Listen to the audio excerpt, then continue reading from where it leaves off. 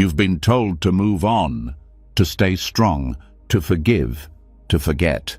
But no one ever taught you how to let go of the memories that still hurt, how to quiet the voice in your head that never stops, how to stop carrying pain that was never yours to hold. They told you time heals everything.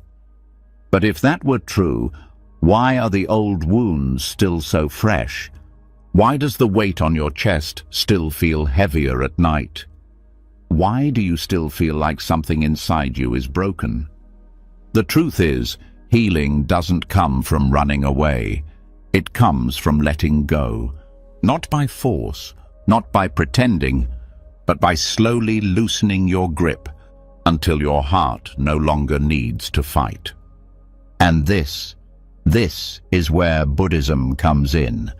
Not as a religion, not as a rule book, but as a map back to yourself. For centuries, monks, sages, and seekers have followed these teachings. To release suffering, to find peace in the chaos, to return to a stillness that's been there all along, buried beneath the noise. Tonight, you'll do the same. You won't just fall asleep, you'll let go of guilt, of anger, of stories that no longer serve you, and in their place, space, silence, a calm you may not have felt in years. As you listen to these teachings, something inside will shift. The past will lose its grip, the overthinking will fade, and a quiet kind of healing will begin. This isn't just background noise for bedtime, this is a turning point. Are you ready to release what's been holding you back? Then take a breath, and let's begin. 4-0.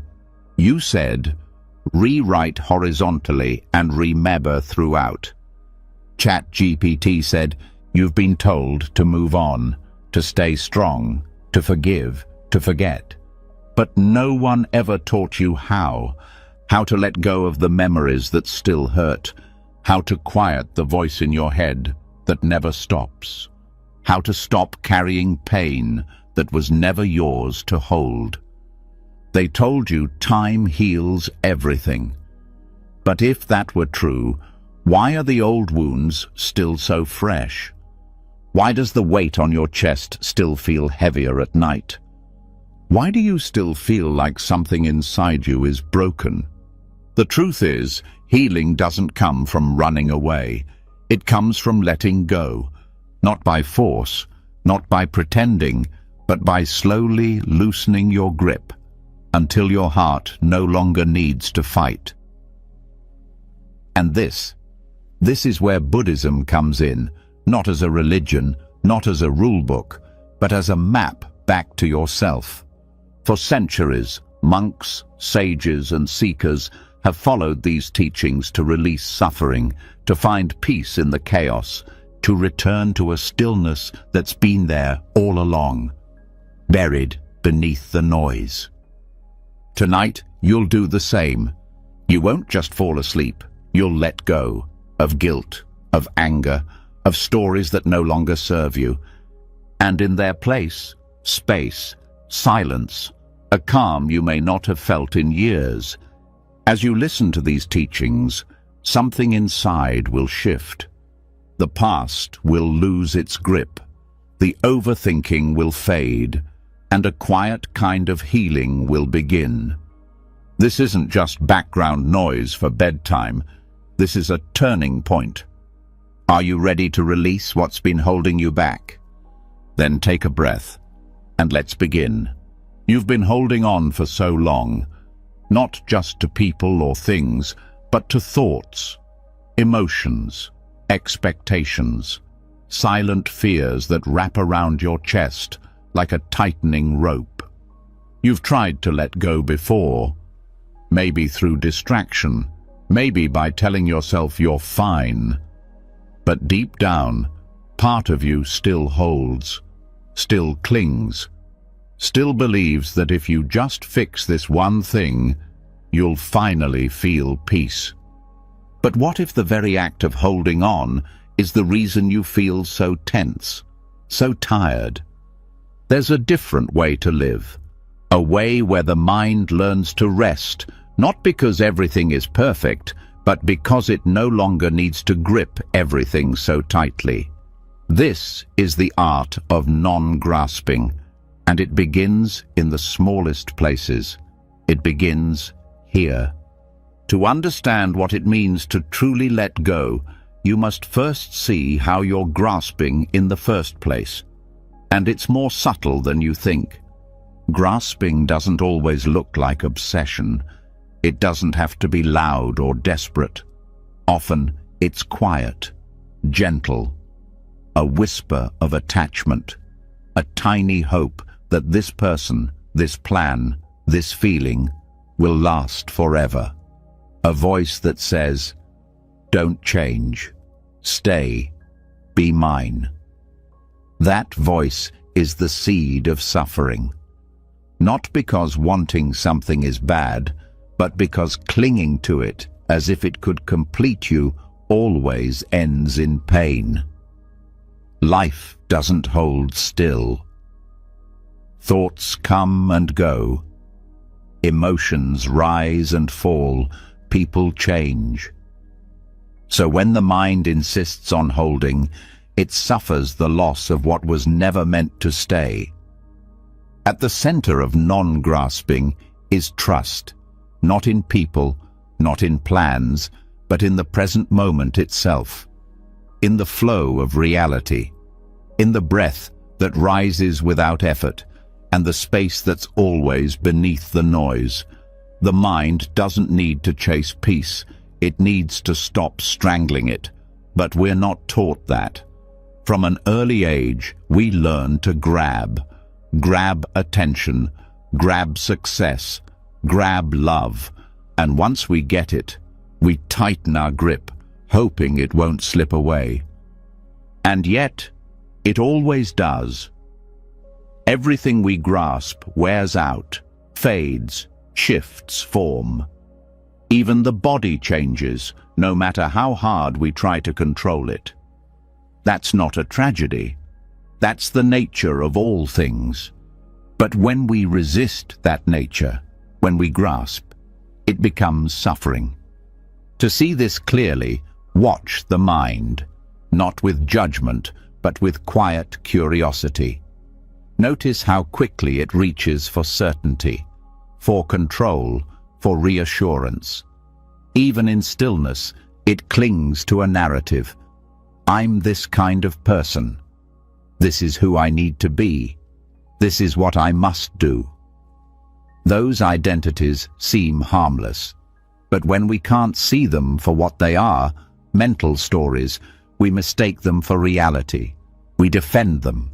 We suffer for them. We chase after ideas of happiness, not happiness itself. Non-grasping doesn't mean we stop caring. It doesn't mean we give up on effort or relationships or dreams. It means we stop tying our identity to the outcome. It means we can hold without squeezing. We can love without owning. We can try without demanding. It's not about detachment. It's about balance.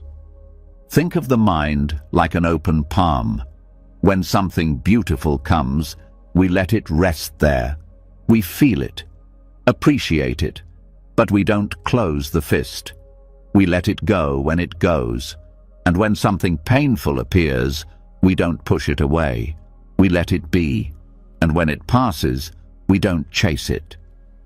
Mental spaciousness comes from this way of being. It's not about emptying the mind. It's about creating room around each thought, each emotion, so they can rise and fall without crashing into each other. You can have a thought without believing it. You can feel something deeply and not be consumed by it. That's spaciousness.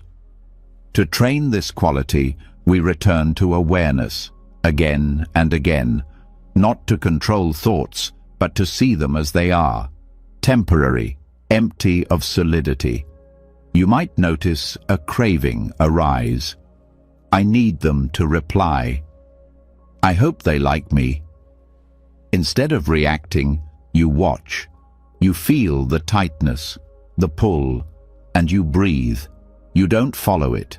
You don't fight it. You simply rest with it. In that resting, grasping loosens. The thought fades. You remain. Over time, the grip of craving weakens. You begin to recognize its voice, not as truth, but as habit. The mind will say, "This is urgent. This matters more than anything." But you've learned its pattern. You smile gently, and you let the thought pass, like a cloud in a vast sky. There's a quiet strength in that, not a cold disinterest, but a soft, steady presence. You become less reactive, less tangled, and you begin to notice something surprising. Peace was never far away.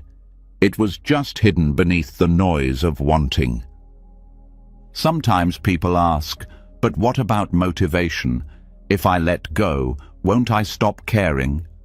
But non-grasping doesn't kill motivation. It clarifies it. You still act.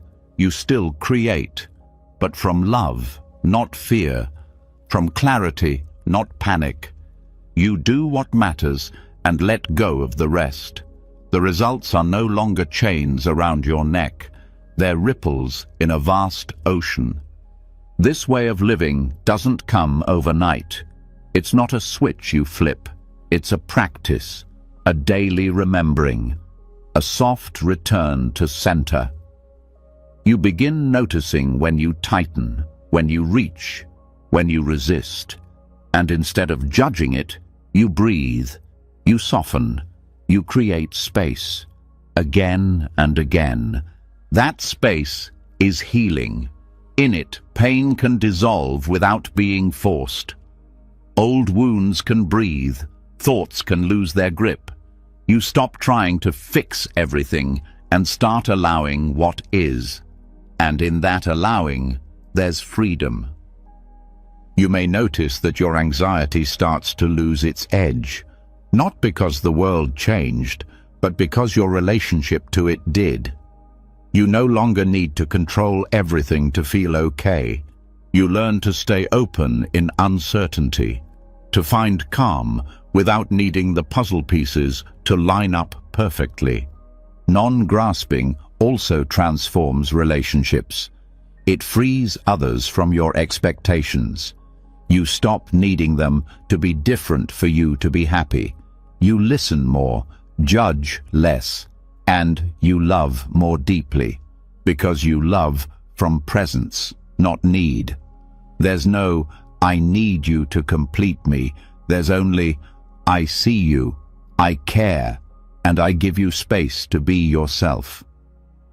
Even grief softens in the light of non-grasping. It doesn't disappear, but it becomes clean, not tangled with guilt or resistance. When someone or something we love leaves, the pain comes naturally, but when we don't cling, the pain flows. It moves, it teaches, and eventually it transforms. The same is true with anger. When we stop grasping at the idea that things should be different, we stop feeding the fire. We still act if needed. We still speak up. But the fuel is no longer reactivity. It's wisdom.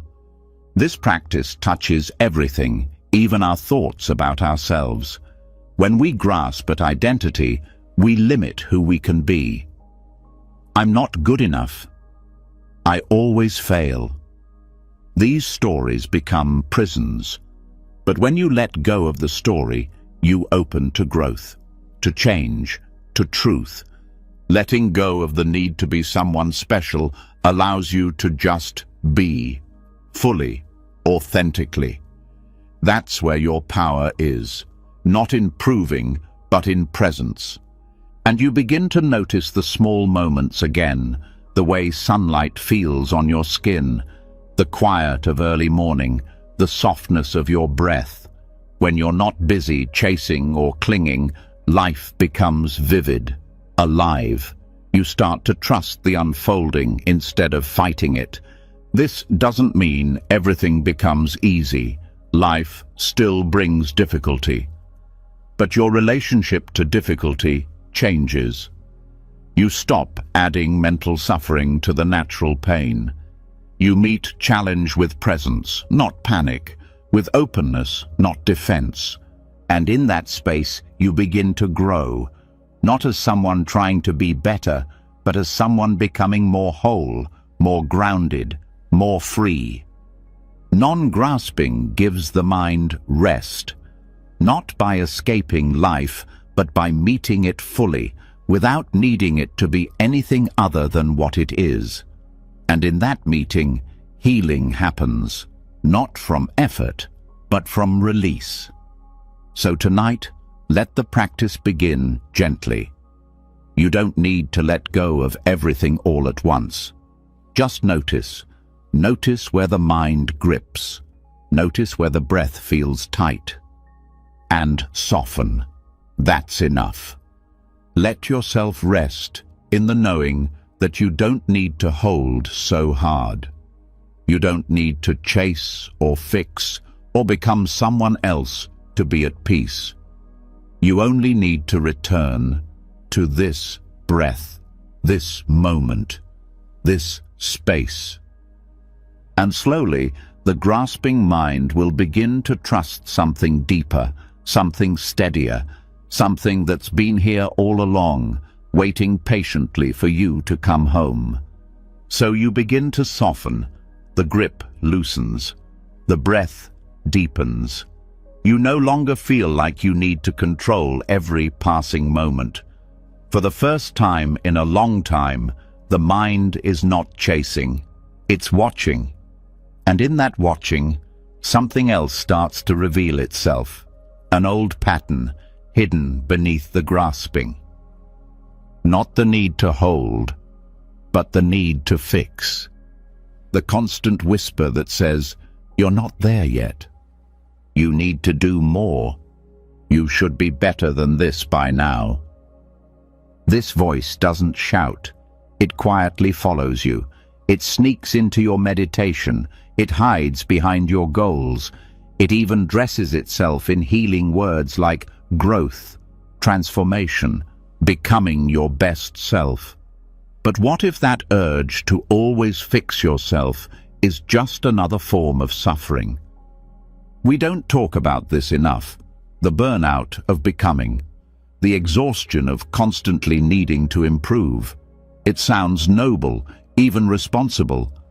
But for many people, it becomes a trap. You start to believe that your worth is in your progress, that peace is only available after you change, that you can only rest once you've become the perfect version of yourself. But what if there is nothing wrong with you? This idea isn't easy to sit with, especially in a culture that rewards achievement and idealizes leveling up. You're told that happiness is at the top of the next hill, and so you climb, and then you climb again, and again, until you realize there is no top, only the pressure to keep going, always becoming, never being. This constant fixing can start to feel spiritual. You meditate to become more calm. You journal to become more healed. You read to become more wise. But somewhere in that process, the message becomes, "Who I am now isn't enough." That message is the wound. And the truth is, you don't heal a wound by rejecting it. True healing begins not with more doing, but with radical acceptance. Radical acceptance is not passive. It's not giving up. It's the courageous choice to meet yourself exactly where you are, with no agenda to change what is already here. You stop trying to push yourself into a better version. You stop waiting for permission to rest, and you start practicing something far more powerful, being on your own side. Because underneath the need to fix is often a deep self-rejection. Somewhere along the way, you learned that parts of you were unlovable. Maybe you were told to hide your emotions. Maybe you were rewarded only when you achieved. Maybe no one was there to remind you that it was okay to struggle. So you turned inwards and made it your mission to become someone worthy, someone stronger, calmer, smarter, more spiritual. But that mission often creates an inner war, a constant battle with the present version of you. Every flaw becomes an enemy, every setback a failure. And slowly, without noticing, you begin to live in constant self-criticism dressed as ambition. Radical acceptance breaks this cycle, not by removing the desire to grow, but by removing the hatred of what is. It says, yes, I want to grow, but I can love myself here too. It allows space for both honesty and compassion. You acknowledge the parts that hurt without pushing them away. You meet the parts that still need healing without making them wrong. This shift changes everything. You stop using healing as a punishment. You stop trying to become someone else and instead become more yourself. Growth stops being a desperate escape and becomes a gentle unfolding. You realize you don't need to be flawless to be whole. This is what Buddhism points to when it speaks of non-striving. It doesn't mean apathy. It means that your energy is no longer rooted in rejection. It means your practice becomes an offering, not a project, a path, not a performance. You begin to meditate, not to become better, but because you care. You rest, not because you earned it, but because you deserve it. You begin to trust that your inherent nature is not broken. It is just clouded, like a clear sky, hidden by passing weather. This doesn't mean you ignore pain or pretend you're fine. It means you stop believing that pain is a sign of failure. You stop interpreting discomfort as proof that you're not there yet. You see that being human includes imperfection. It includes doubt, fear, confusion, and none of those make you wrong. The mind will still try to argue. It will say, but if I accept myself now, I'll stop improving. This is not true. In fact, the opposite happens. When you're not stuck in self-rejection, energy is freed. You're no longer wasting strength on shame. Your nervous system softens, and from that calm state, you actually make wiser choices. You're not driven by panic. You're guided by clarity. Acceptance doesn't end growth. It deepens it. This is how real change happens. Not by punishing yourself into a better version, but by allowing your healing to come from care, not pressure. Acceptance creates space, and in that space, things shift on their own, gently, naturally, without force. This is also where compassion becomes essential. Self-compassion is often misunderstood. Some people think it's weakness, others think it's just comfort. But in practice, compassion is strength. It's the steady presence that doesn't flinch in the face of your own pain. It's the hand on your heart when your thoughts turn cruel. It's the voice that says, I see your effort, I see your hurt, and I'm not abandoning you. You begin to see that you don't need to deserve kindness. You need to receive it, especially from yourself. You offer that kindness not because you've reached some imagined finish line, but because you're human. When the habit of fixing arises, you notice it. You don't scold it. you meet it with awareness. Ah, here is that voice again, the one that thinks I need to be more. And instead of obeying it, you breathe, you stay, you hold your ground, you say, I'm already enough, even here. That's radical. This practice also invites deeper honesty. You begin to see where fixing has been used to avoid feeling. Sometimes self-improvement is a distraction. It gives us something to do instead of something to feel. But acceptance asks us to stay, to sit with what is, to welcome the fear, the grief, the loneliness, not because we enjoy them, but because they're real, and because we no longer need to run. This is how peace grows, not by building layers of protection, but by removing the armor we no longer need. When you stop rejecting what's inside you, you become softer. And in that softness, you become stronger, less reactive, less afraid. You also stop comparing your healing to someone else's. You see that each path is different. Each pace is valid. There is no behind. There is only here. The need to fix often arises from comparison, but acceptance cuts through that noise.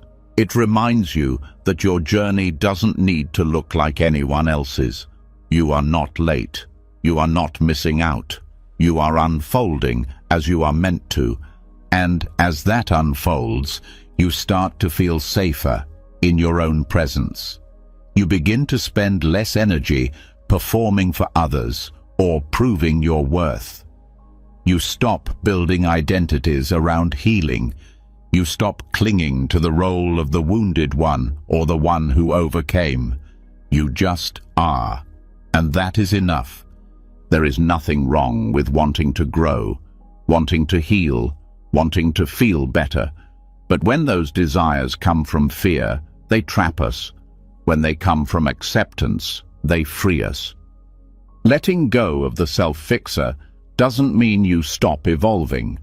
It means your evolution is no longer rooted in shame. It becomes rooted in love, in care, in the deep understanding that you are not broken. You are human, you are learning, and that is not a flaw, it is your path. So the next time you catch yourself spiraling into another project to fix your life, pause. Ask yourself, what if I'm okay right now? Not perfect, not finished, but okay. What if I could rest here without rushing towards something else? And if that feels hard, let it be hard. Acceptance doesn't demand ease, it only asks for honesty. You meet the moment as it is. You meet yourself as you are. No more forcing, no more fixing, no more chasing some better version of you like happiness is locked behind the next upgrade. You are here, you are whole, and that is more than enough. So breathe, stay with yourself, and let the healing come, not as a task, but as a return. A return to the truth that was always waiting beneath all the striving. You are already worthy, even now, especially now. And so you begin to see the difference, that healing isn't about adding more or becoming someone else. It's about the quiet strength of being with what is. You stop fixing, you start listening. You give yourself permission to rest in the truth of your own presence. But there's another weight still held in many hearts, one heavier than self-doubt and often more hidden. It's the weight of what others have done, the words that cut, the betrayals that stayed, the deep sting of harm left unanswered. You say you've let it go, you've moved on, but some part of it still lives in the body, still echoes in thought, still clouds the heart when silence falls. What do you do with pain that wasn't yours to carry, but became yours to hold? This is where forgiveness enters, not as a favor, not as a moral checkbox, but as a path to your own freedom. Forgiveness, in its truest form, has nothing to do with the other person. It isn't about making what happened okay. It's not about forgetting. It's not even about reconciliation. In Buddhist understanding, forgiveness is the deliberate act of releasing yourself from the bondage of resentment. It's a spiritual cleansing, not for them, but for you. When harm is done, it doesn't end with the event itself. The mind replays it, the body stores it, the heart builds walls around it. This is the karmic residue that lingers, not because of the action, but because of the energy we continue to feed it with. Anger, judgment, bitterness, all of it becomes a loop. Karma, in Buddhist psychology, isn't punishment. It's momentum. It's the continuation of causes and conditions. The pain that was caused becomes a seed. If we hold on to it tightly, water it with thought, and revisit it often, it grows into a life of its own. Our freedom becomes tied to the past. And yet, it's not the original pain that binds us. It's the unwillingness to let go of the chain it created. Forgiveness breaks that chain, not because what happened is excused, but because the one who was harmed refuses to carry it any longer. This act isn't quick. It's not about forcing a feeling of peace before it's time. Forgiveness in Buddhism begins with clarity. First, we acknowledge what was done, not deny it, not soften it. We see it for what it was, and we name the pain it caused, not to dwell, but to understand the weight we've been holding. This part matters, because sometimes what we're calling forgiveness is actually suppression. We skip over the pain to look strong. We tell ourselves it's in the past, but deep down, we're still holding the wound like a closed fist. True forgiveness doesn't bypass pain. It meets it head on. Once the wound is seen, we start the process of release. That process starts with recognizing that the past cannot be undone, that what happened has already shaped part of our story, and continuing to carry resentment does not protect us from the harm. It prolongs it. The hurt happened once. Our resentment makes it happen again and again. Letting go of resentment is a kind of grieving. We grieve the wish that it had been different. We grieve the hope that they might make it right.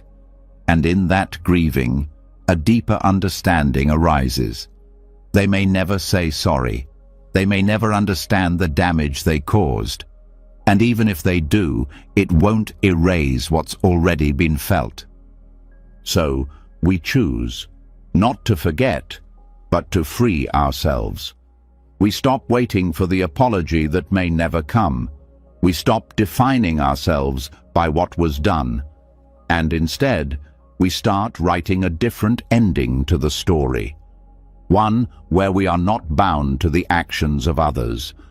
Buddhist teachings emphasize that each being is the owner of their karma. Their choices belong to them. Their actions will bear consequences, whether we see it or not. We don't have to carry their karma for them. And when we cling to resentment, that's what we do. We take on someone else's energy as our own. Forgiveness returns us to ourselves. It allows us to step out of the karmic entanglement and say, this ends here. Not out of weakness, but out of strength. Out of the deep knowing that your peace is worth more than your pain.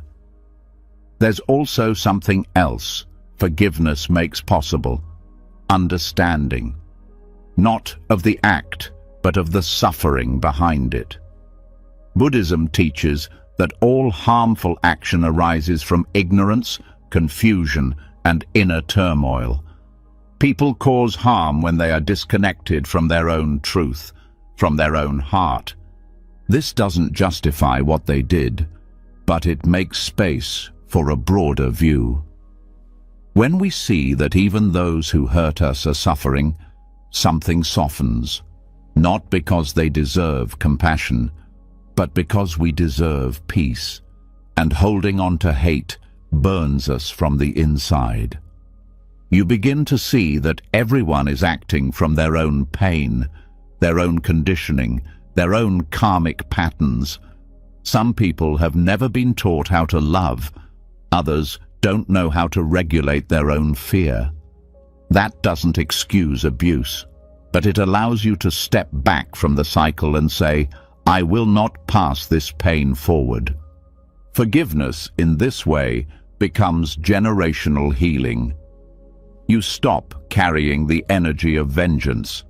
You stop teaching your nervous system that protection must always come through anger, and you begin to rest, not in perfection, but in release.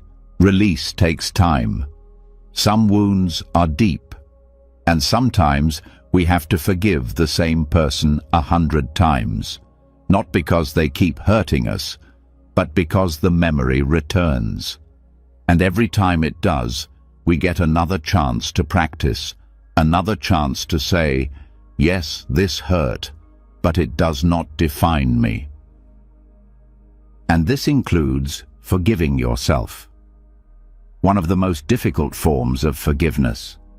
Sometimes the resentment is not aimed outward. It's directed inward, at our younger self, our past choices, our moments of weakness. We think, I should have known better. Why did I allow that? How could I have been so blind? But the one who made those choices was not who you are now. They were learning. They were trying. They were doing the best they could with the awareness they had. Forgiveness doesn't mean you approve of what happened. It means you stop attacking yourself for not being wiser sooner. The Buddha taught that hatred never ends through hatred. It ends through love. That includes self-hatred. That includes the little voice inside that says, you're too broken to be whole again. That voice is lying. You are not too far gone. You are not beyond healing. You are not your worst moment. And every time you soften toward yourself, you break a piece of that lie. Forgiveness is love in action. It's love that says, I choose peace, even if they never change. It's love that says, I choose to put this burden down, even if justice never comes in the way I hoped. And in that choice, the heart becomes lighter. Not because everything is fixed, but because you are no longer tangled in what cannot be changed. Buddhist practice often includes loving kindness meditation as a tool for forgiveness. You start with yourself, then someone you love, then someone neutral, then someone difficult, and eventually all beings. You send them wishes of peace, not because they deserve it, but because hatred is heavy and you're tired of carrying it. This doesn't mean you allow harm to continue. Forgiveness and boundaries can exist together. You can forgive and still walk away. You can forgive and still say no. You can forgive and never speak to them again. The difference is in your heart, not closing, not clenching, not burning with the fire of unresolved rage. When you forgive, you remember that you have a life to live, a mind to calm, a heart to open, and pain does not have the right to claim every corner of it. You start to dream again, to feel safe in your own presence, to experience joy that isn't shadowed by bitterness. You start to remember who you were before the harm, Or maybe you discover who you are now, someone stronger, deeper, more compassionate than you ever imagined. That is the power of forgiveness. It's not forgetting, it's remembering your own freedom. So, if there is still a name that stirs anger in your chest, a memory that keeps circling, don't rush, just breathe. Acknowledge the hurt, but also remember your power. You do not have to stay caught in the karma of pain. You can step out, you can heal, you can walk forward, not as a victim, not as a warrior, but as a soul who chose peace over poison. And that choice?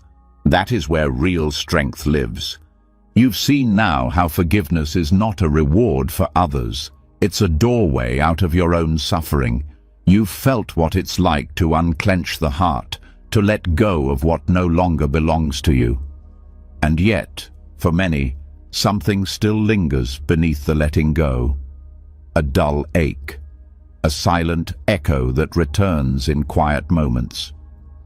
Even when the story fades, the pain sometimes remains. Why does it stay, even after all the healing work? What gives pain its grip, its shape, its ability to color every part of your experience? To answer this, we need to look deeper, not just at what pain feels like, but what it is. Not through emotion, but through wisdom.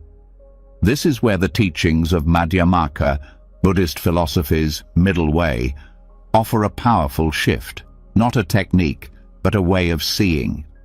One that dissolves the very foundation of suffering. The mind holds pain as if it's solid, real, fixed. We experience heartbreak, rejection, loneliness, shame, and the feeling comes with a story, a sensation, and a belief. This is happening to me. I am this pain. That belief is what gives the pain weight, identity, continuity. And from that, suffering grows. But Madhyamaka shows us something radical, that pain, like all phenomena, is empty. Empty not in the sense that it doesn't exist, but in the sense that it lacks a fixed, independent self. It's not solid. It's not permanent. It doesn't exist in the way we think it does.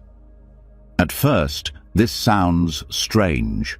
Pain feels so real, so sharp, but that sharpness is exactly what Madhyamaka helps us explore. It asks, what is pain exactly?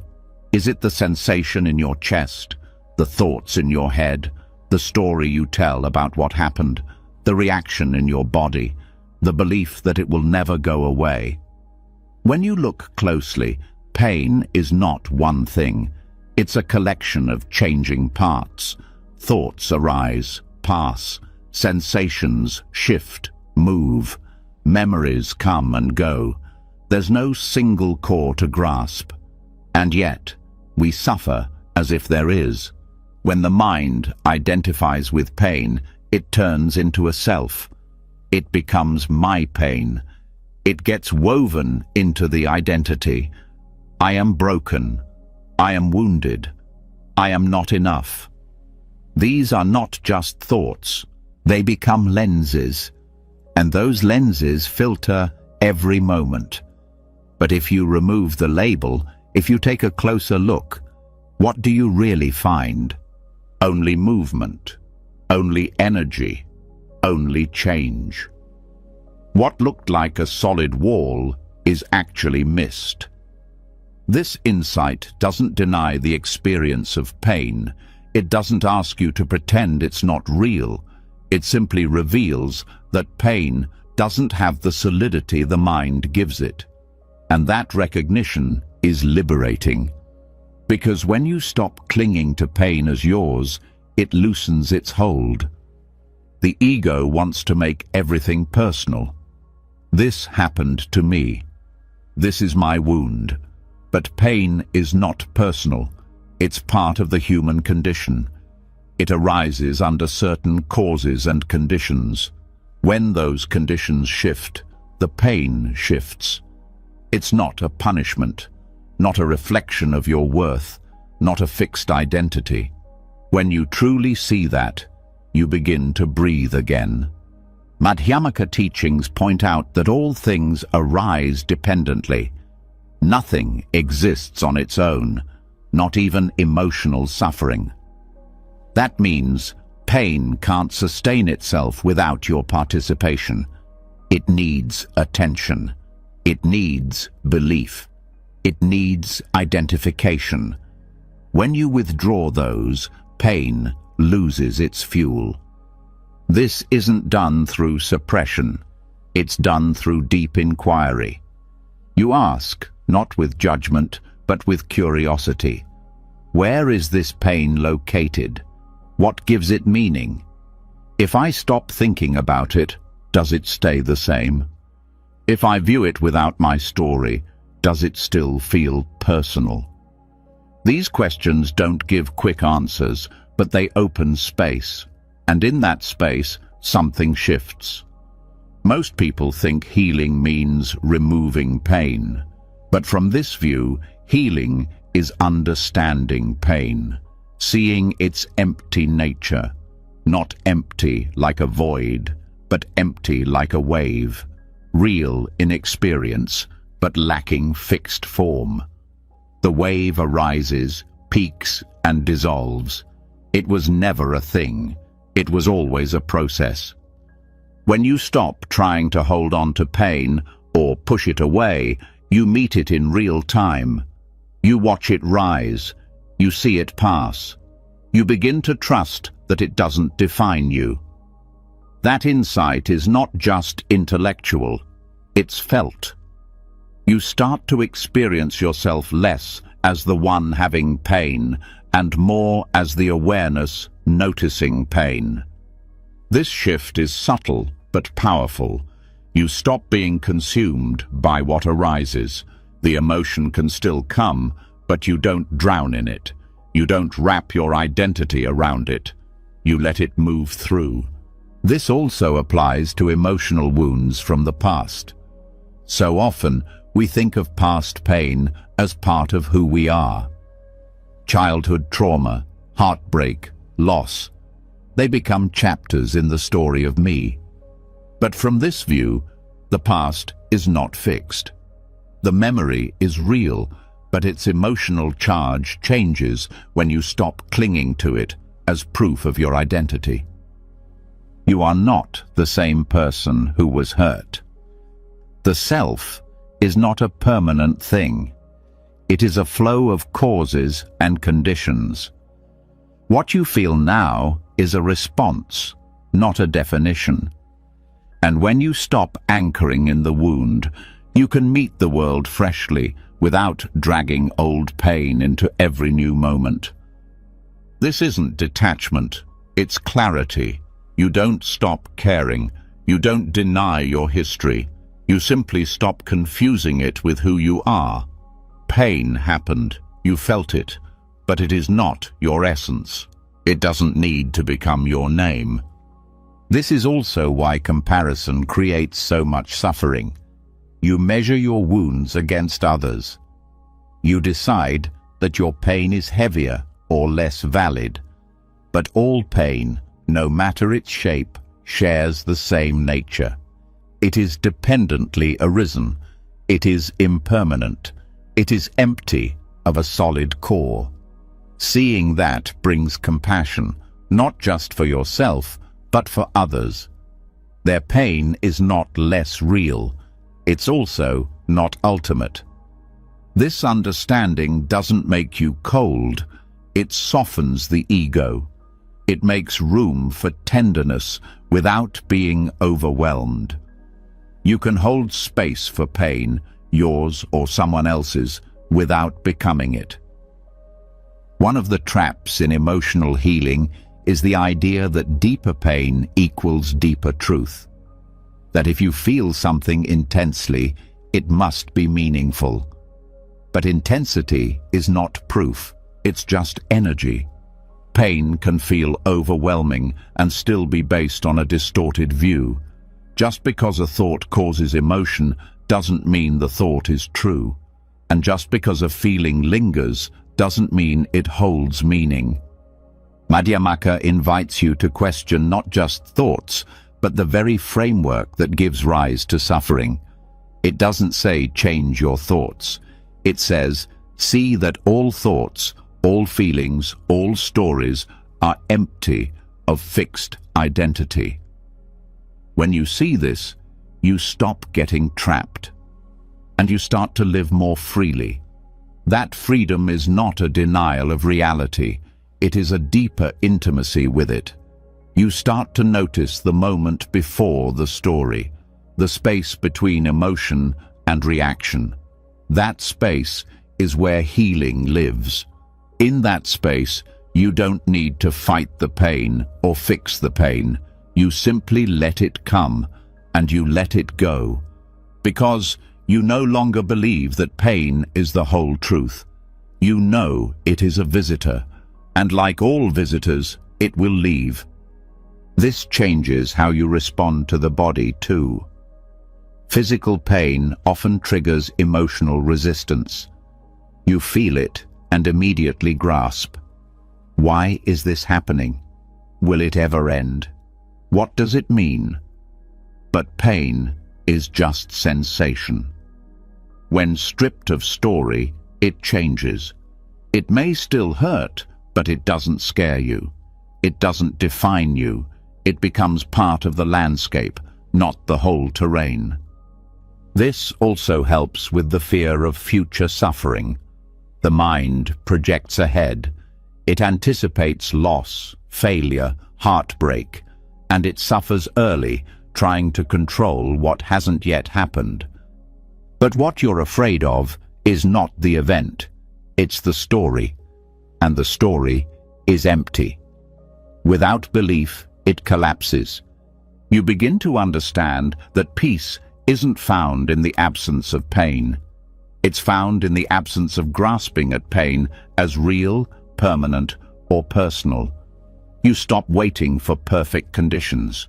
You stop needing everything to be fixed before you feel okay. You realize, I can feel this and still be free. I can experience this and still know who I am beneath it. I can meet this moment, even in pain, and still not lose myself to it. That's the power of seeing through, not looking away, but looking clearly. Pain no longer needs to be erased. It only needs to be seen, fully, directly, with wisdom. And in that seeing, it dissolves, not because you made it go, but because you stopped holding it up. When the story fades, when the self in the center softens, what remains is space, stillness, presence. From there, life opens up, not because the pain is gone, but because it no longer controls you. And in that opening, healing happens, quietly, naturally, not from effort, but from clarity. The clarity that knows pain arises, pain passes, and in the deepest sense, there was never a solid me for it to belong to. There is only this moment, this awareness, this breath, and here there is peace. When pain no longer holds the same weight, when it is seen clearly and allowed to move without resistance, something deeper begins to surface, an ancient discomfort beneath all others. It is not about what we feel, it is about what we fear we will lose. This fear does not always speak loudly, but it shapes the way we live. It whispers in the background when loved ones fall sick. It rises when something familiar changes. It appears in the quiet hours of the night when everything goes still. It is the fear of impermanence. We try to silence it by clinging. We hold on to people, moments, identities, and routines. We pretend that change can be delayed, if we plan enough or hope enough. But change continues. Time does not pause. The truth is, much of our suffering does not come from what is happening. It comes from our resistance to endings. Buddhist teachings do not treat impermanence as a problem. They see it as the essential nature of reality. What comes will go. What rises will fall. This is not something to fear. It is something to understand. Because in understanding it, we stop wasting energy on denial. We begin to live more honestly. The Buddha offered a clear path into this understanding through what is known as the 5 remembrances. These are not ideas to believe in. They are truths to reflect on. Simple, clear truths that touch every life, no matter where we come from, how much we have, or what we believe. They are not morbid. They are not meant to bring despair. They are meant to wake us up, to free us from illusion. The first remembrance is, I am of the nature to grow old.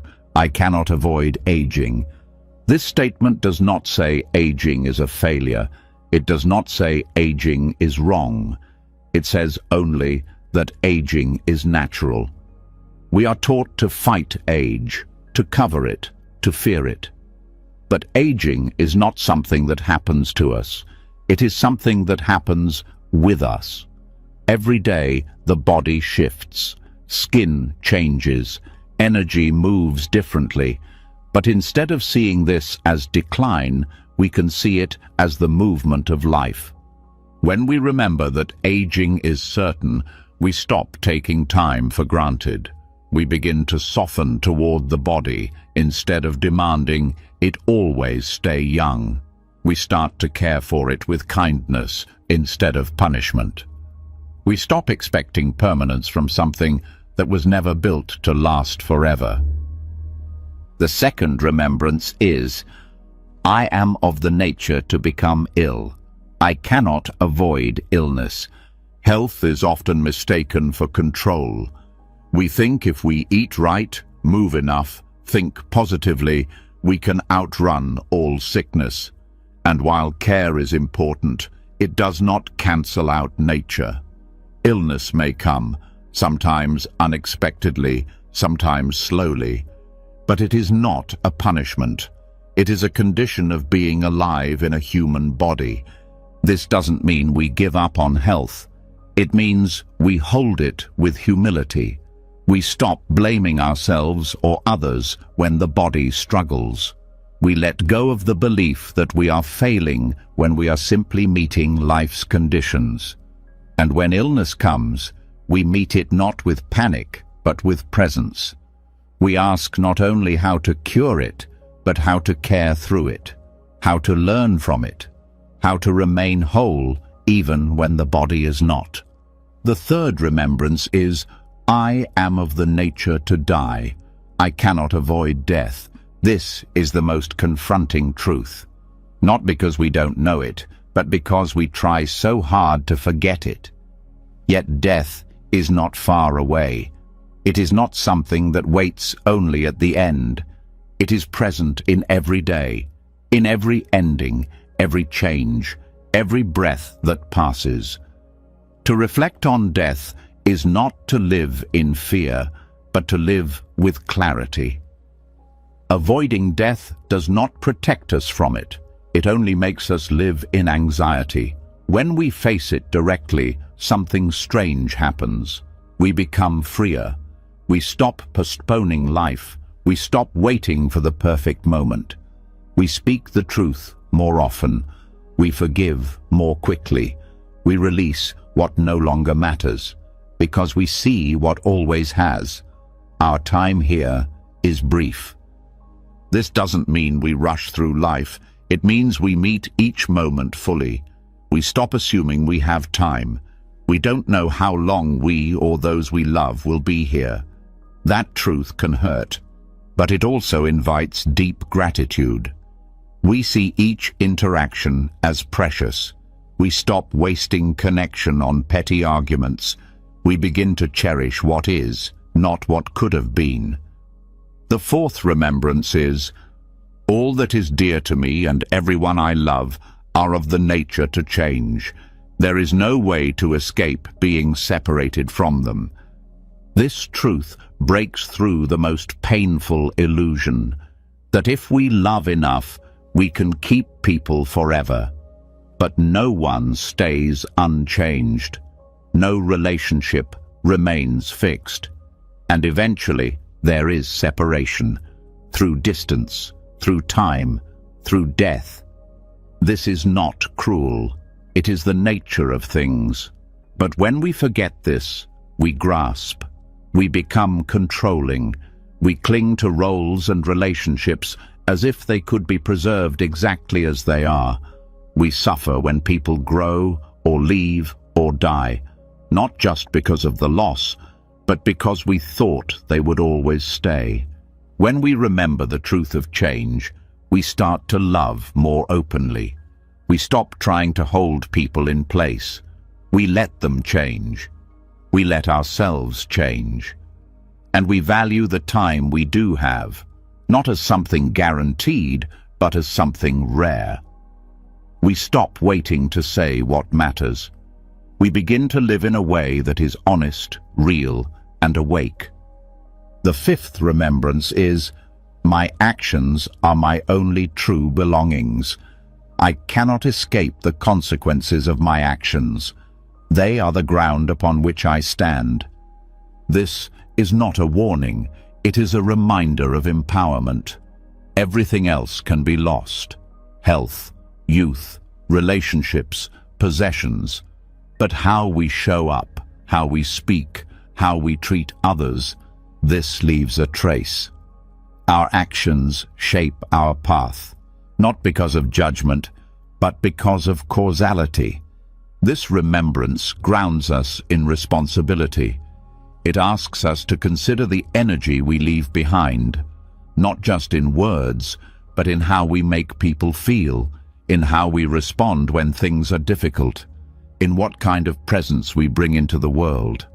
When we know our actions matter, we stop living on autopilot. We begin to live with integrity. We stop blaming others for our emotions. We take responsibility for our choices. We forgive ourselves when needed, but we also remain accountable, not to please anyone, but because it's the only ground that doesn't shift. Taken together, these remembrances do something powerful. They remove illusion. They cut through distraction. They wake us up, not to fear, but to truth. Most of the fear people carry is rooted in resistance to these 5 truths. We fear loss, we fear illness, we fear endings, but these are not enemies. They are reminders. They point us back to what matters most. When we reflect on these teachings, we become less reactive. We stop needing everything to be perfect. We stop expecting life to go according to our plans. And instead, we meet it as it is, with openness, with clarity, with compassion. This clarity softens fear, because fear grows in confusion, in the belief that what is temporary can be made permanent. But nothing needs to last forever to be meaningful. Impermanence does not make life empty. It makes it precious. You don't need to meditate for years to feel this. You can reflect now, gently, honestly, and you'll feel it, the shift from clinging to gratitude, from fear to freedom. You'll see that what is most alive in you doesn't come from control. It comes from presence. Presence that knows every breath is a gift. Every goodbye is sacred. Every act of love leaves something behind. The 5 remembrances are not meant to be recited and forgotten. They are meant to be lived, held close, returned to in times of confusion. They are the compass when the map disappears. And when you carry these truths, you move differently in the world. You forgive more easily. You listen more deeply. You live with less regret, because you know what really matters. Not what you own, not what people think, not even how long something lasts, but how deeply you loved, how honestly you lived, and how fully you met this moment, knowing it would never come again. This is the heart of peace. Not a peace found through escape, but a peace found in truth. A peace that doesn't depend on things staying the same. A peace that holds change gently and still says, yes, yes to the beauty. Yes to the loss. Yes to the mystery of being here at all. You begin to carry life with a different kind of reverence once you accept that everything you love will change. There's less rush, less noise. A soft awareness opens inside you. But for some, even as they welcome impermanence, a deeper tension remains. A heaviness that seems older than this lifetime. Something unspoken yet deeply familiar. It is a sadness or anger that feels inherited. A pattern that repeats without clear origin. A grief that did not begin with you, but now lives inside you. This is the territory of karmic imprints, the traces left by past actions, thoughts, and emotions. Not just your own, but those passed down across time, generations, and ancestral lines. It's the quiet undercurrent in many families, the shame that's never named, the silence around pain, the unprocessed trauma that moves from one life to another, not through punishment, but through momentum. Buddhist psychology teaches that karma is not fate. It is not a fixed sentence. It is not about deserving suffering. Karma means action, and every action leaves a trace. A mental, emotional, energetic impression. These imprints shape how we see the world, how we react, and what we unconsciously repeat. Some karma is personal, patterns you create through your own choices, but some is collective, some is inherited. When your parents carry unhealed wounds, those energies affect how they relate to you. Even if you don't adopt their beliefs, you may absorb their emotional tone. If a lineage has carried fear, shame, control, or grief for decades or centuries, that current moves through you, often without your awareness. This is why healing often feels harder than expected. You think you're working with your own wounds, but you're also holding the energy of others. You're breaking cycles you didn't start. That work is sacred. It's not only self-liberation, it's a form of service. It's a return to clarity for those who came before and those who will come after.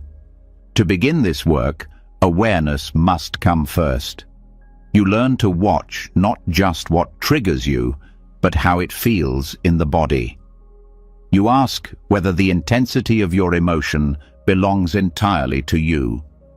When you feel abandoned, is it yours, or is it part of a generational fear of being left behind? When you fear failure, is it your fear, or the echo of an ancestor who was punished for trying? These questions are not to create distance. They are to loosen identification, to see that not all pain means something is wrong with you. Some pain is inherited weight, waiting for someone brave enough to set it down. The body holds memory, not just muscle memory or cognitive memory, but emotional memory passed through generations. This is not metaphor. Modern studies in epigenetics show that trauma can leave markers on DNA that affect how future generations respond to stress. Buddhist teachings understood this long before science caught up. They spoke of tendencies passed on not just through bloodlines, but through karmic associations, habits of heart and mind that move across time. So when you practice mindfulness, you're not just calming your own mind, you are gently interrupting old loops. When you respond with compassion instead of rage, you are breaking a thread. When you offer forgiveness where there has only been silence, you open space for something new to grow. Healing karmic patterns requires more than understanding. It requires commitment to not repeat. And this begins with attention. You begin to trace your reactions back to their roots. When you feel abandoned, do you chase people? When you feel criticized, do you shut down or fight back? When you feel unseen, do you try harder, overperform, overgive? These habits may feel automatic, but they are not permanent. They are learned strategies. Once seen, they can be softened. Each time you choose a new way, you weaken the karmic imprint. You don't need to fix the entire lineage. You only need to meet this moment differently.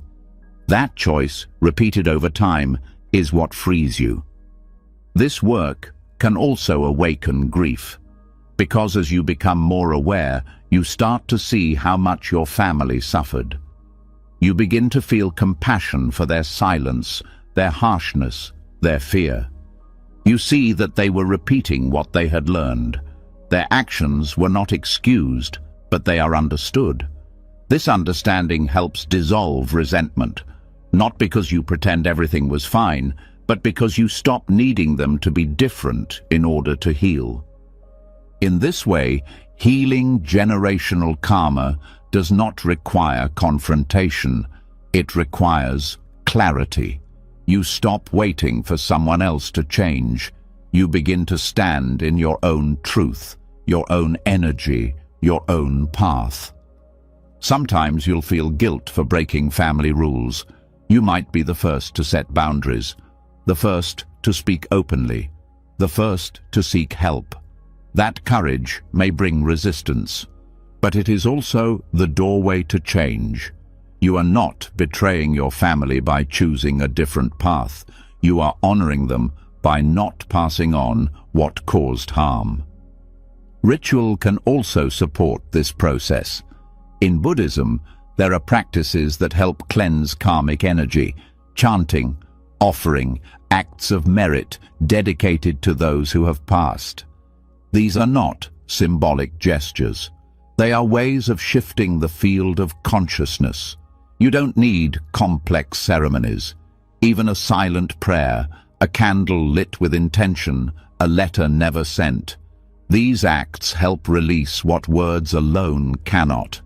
But the most powerful practice is presence. Simply staying present with your experience, without running, fixing, or judging, disrupts the transmission of unconscious patterns. Each moment you meet your pain without passing it on, you become the turning point in your lineage. You may also notice that some karmic patterns try to disguise themselves as personality traits. You think you're just someone who worries, or someone who never feels safe, or someone who always needs to prove something. But beneath those labels are stories inherited through generations, stories that say love must be earned, or that silence keeps you safe, or that your worth depends on what others think. As you become more conscious of these stories, you create space. Space to choose a different belief. Space to speak what was never spoken. Space to soften around what once seemed hardwired. And over time, that space becomes a new field. A field where tenderness is not weakness, where boundaries are not rejection, where truth is not dangerous. This field doesn't erase the past, but it no longer lives by its rules. In Buddhist thought, karma also ripens across time. Not everything that arises now began recently, and not every seed you plant today will bloom right away. This teaches patience. You may not feel different overnight, but the work you're doing ripples forward. Healing may not be instant, but it is inevitable when done with intention and consistency. Compassion is essential here, not only toward your family, but toward yourself. You may stumble. You may fall into old patterns. You may feel discouraged. This does not undo your progress. Each return to awareness is a victory. Each moment of self-honesty is a cleansing. Each time you hold your own heart with kindness, you're building a different future. This process also reveals your strength, not the kind that pushes through, but the kind that transforms. The quiet courage to stop running, to stop numbing, to sit with pain that is not yours and choose not to continue it. That is powerful. This kind of healing is not linear. It spirals, it deepens. Some patterns may return in new forms. That's not failure, it's refinement. Each layer you meet brings you closer to clarity, closer to freedom, closer to the still point beneath all the stories. And from that still point, something else arises, a deeper compassion for the world. When you understand how pain is passed down, you see that everyone is carrying something invisible. You judge less. You listen more. You recognize that behind most behaviors is a wound, and behind that wound, a history. That insight doesn't make you passive. It makes you wise. You stop taking things so personally.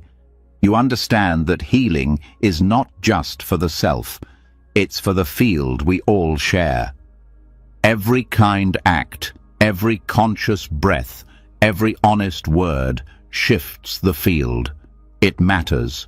So as you continue on this path, remember that you are not walking alone.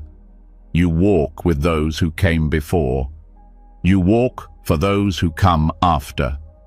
Your healing echoes. Your courage matters. This is the essence of karmic awareness, not a burden, but a gift.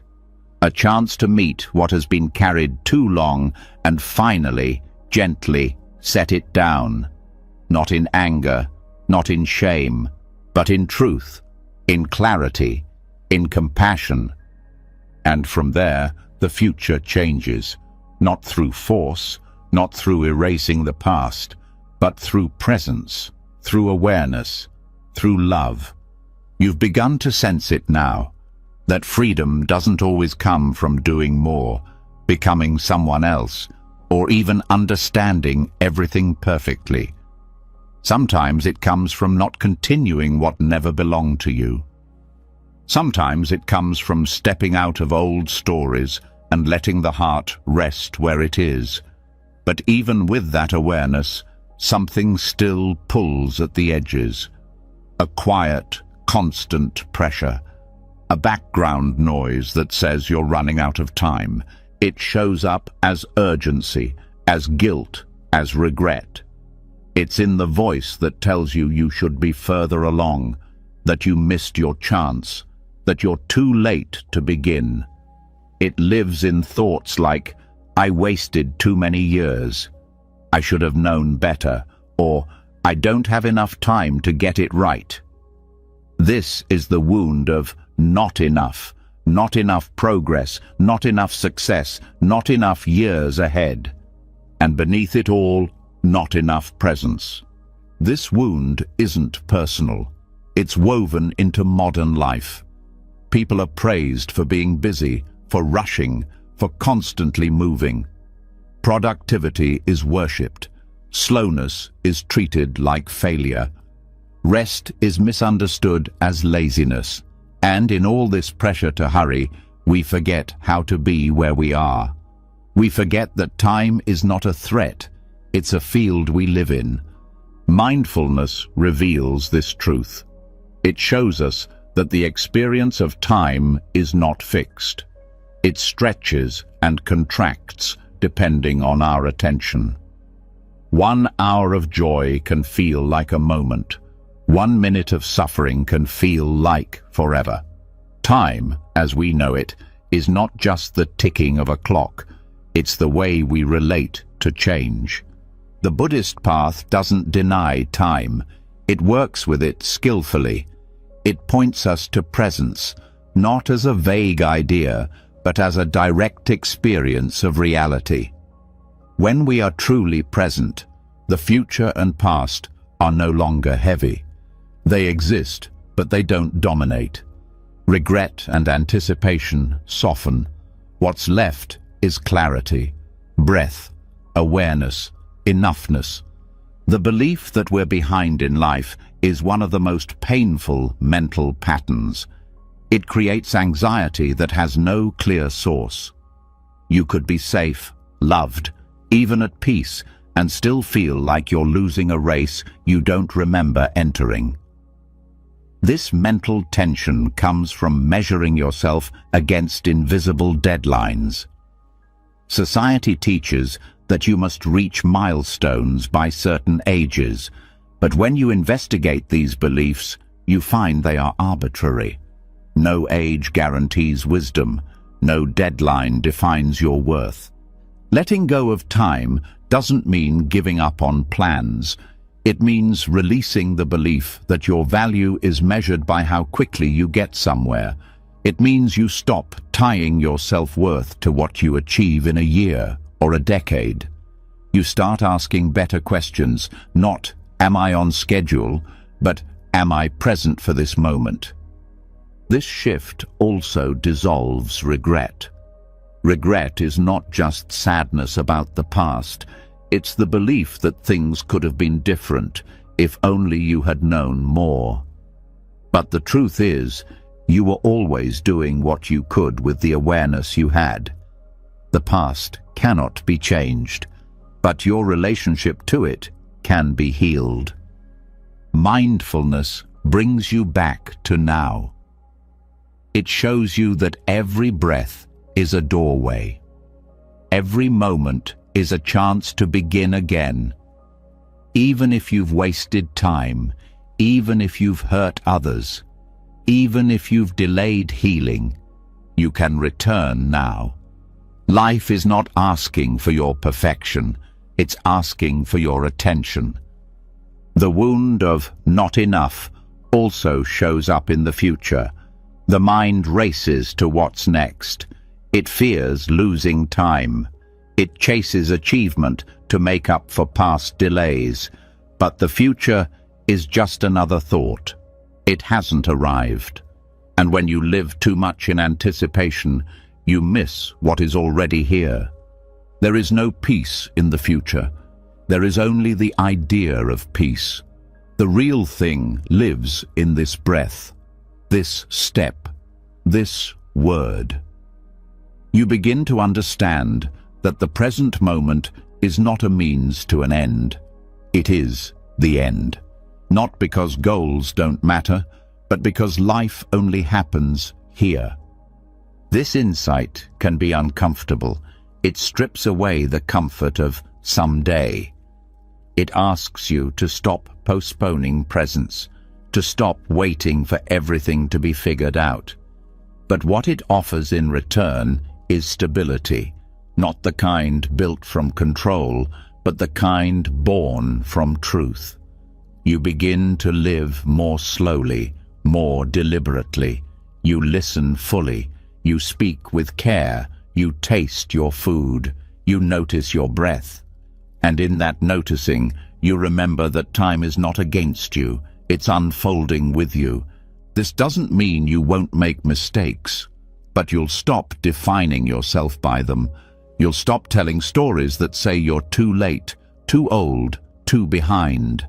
Instead, you'll meet yourself where you are, not with urgency, but with understanding. You may still have ambitions, you may still have goals, but they will be rooted in joy, not fear. You'll want to grow, not because you're not enough, but because it's your nature to expand. You'll set intentions, not timelines, and you'll trust that what is meant for you won't need to be chased. It will arrive when you're ready to meet it. There's also healing in realizing that slowing down is not wasting time. It's reclaiming it. When you pause, when you rest, when you do something for no reason other than love, you are not falling behind. You are touching something timeless. You are stepping out of the mind's pressure and into the heart's rhythm. And from this rhythm, you begin to see others differently too. You stop measuring people by their progress. You stop expecting them to be on your timeline. You meet them in the present where they are. This brings patience, compassion, real connection. You stop rushing conversations. You stop treating relationships like tasks. You begin to show up fully. Letting go of time also heals the body. Chronic stress often comes from feeling rushed. The nervous system tenses when the mind is always ahead. But when you return to the breath, the body softens. It no longer feels like it has to keep up. It begins to trust that it's safe to be here. This presence becomes your refuge, not because life is always easy, but because you no longer abandon yourself in hard moments. You stay, you feel, you breathe, and in doing so, you break the cycle of scarcity. The belief that there's never enough time, never enough progress, never enough presence. There is no final version of you waiting in the future. There is only who you are now, becoming more aware. That awareness is already whole, already enough. You don't need to chase it. You need to come back to it. When you fully let go of the belief that time defines you, you become more alive. Not in theory, but in practice. You laugh more. You notice the sky. You cry without rushing. You hold someone's hand and feel everything in that simple act. These are not small things. These are the moments that carry real weight. Not because they are dramatic, but because they are real. You begin to live less from memory and less for expectation. You stop trying to prove something. You stop looking at life as a list of deadlines and start seeing it as a field of experience. Always changing. Always now. This shift is not about perfection. Some days you'll forget. The mind will rush. The voice will return. That's okay. You don't need to fight it. Just notice, breathe, return. Every return is healing. Every return weakens the belief that you're late. Because you're not. You've never been. The idea of being behind was never true. It was just a voice you inherited. A collective story that said you had to move faster, do more, reach higher. But you can drop that now. You can choose presence instead of pressure, awareness instead of speed. And in doing so, you don't lose time. You finally begin to live in it. Once the grip of time loosens, once the noise of not being enough begins to settle, what remains is something quieter, but even more unfamiliar. Space. A wide, open stillness that doesn't demand anything. And for many, that's the most difficult part. Not the effort of chasing, but the surrender of stopping. It feels foreign to be still without needing to perform, to speak without needing to explain, or more precisely, to not speak at all. There is a kind of silence that feels empty, the silence that comes from isolation or avoidance. But there's another kind, a silence that heals, a silence that holds, a silence that speaks without words. In Buddhism, this is known as noble silence, not the absence of sound, but the presence of stillness. It's a conscious choice to withdraw from the noise, not out of fear, but out of clarity. Most of our mental exhaustion comes not from what's happening, but from the stories we tell about what's happening. We repeat thoughts aloud or to ourselves. We narrate every situation. We explain ourselves endlessly. We defend, argue, justify, plan, replay, and all of it fuels the chaos. Words are not neutral. They carry energy. They shape perception. They reinforce identity. They can be medicine, but they can also be noise. When we speak without awareness, we lose connection to what's real. We start reacting to our interpretations instead of responding to the moment. Noble silence is not just a technique. It's a reset. It returns the mind to simplicity. It stops the momentum of unnecessary thought. And in that pause, a deeper layer of truth begins to surface. Not truth as opinion or philosophy, but the clarity that comes when the inner dialogue quiets and you actually hear what's underneath. This silence is not empty, it's alive. It holds space for things to arise and dissolve. It teaches patience, not the kind that tolerates discomfort, but the kind that listens without rushing. When you don't feel the need to fill every space with words, you begin to notice what you were trying to avoid. Often, we speak to cover discomfort. Silence makes us feel exposed. We talk to maintain control, to soften awkwardness, to fill the gap between ourselves and others. But noble silence invites us to face that discomfort directly.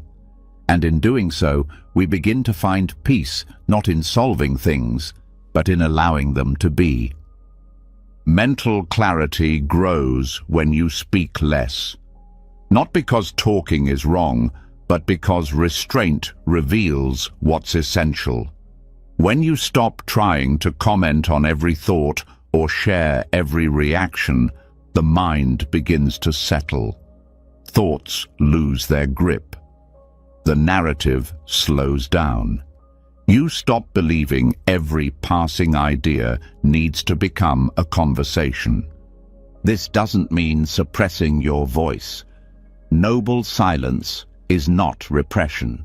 It's alignment. You learn to speak when your words come from wisdom, not restlessness. When they build connection, not clutter. When they arise from presence, not habit.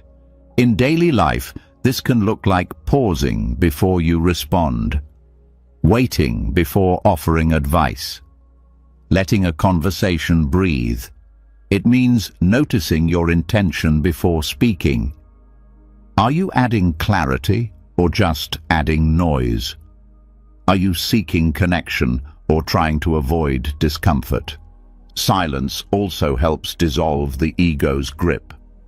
So much of our identity is maintained through speech. We say things to assert who we are, what we believe, where we stand. But when you sit in silence, none of that is necessary. You stop performing.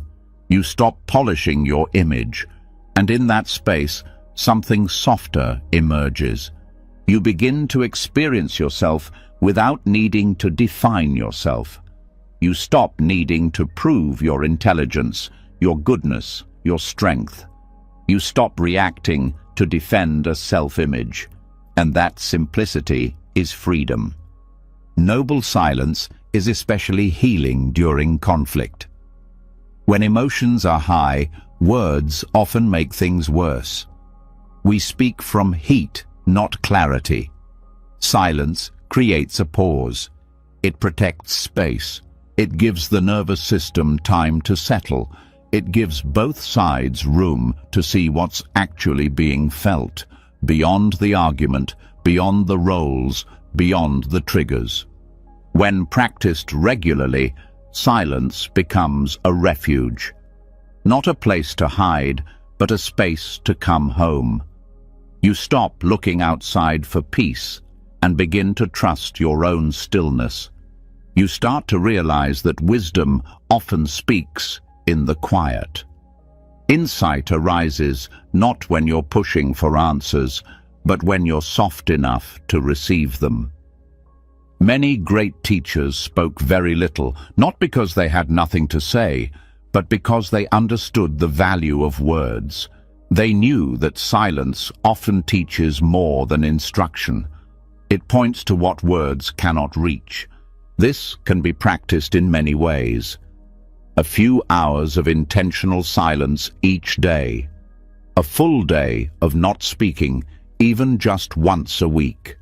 Sitting in nature, without a phone, without a book, without the urge to explain anything, simply being. Watching the thoughts rise and fall without responding to them, letting the mind unwind.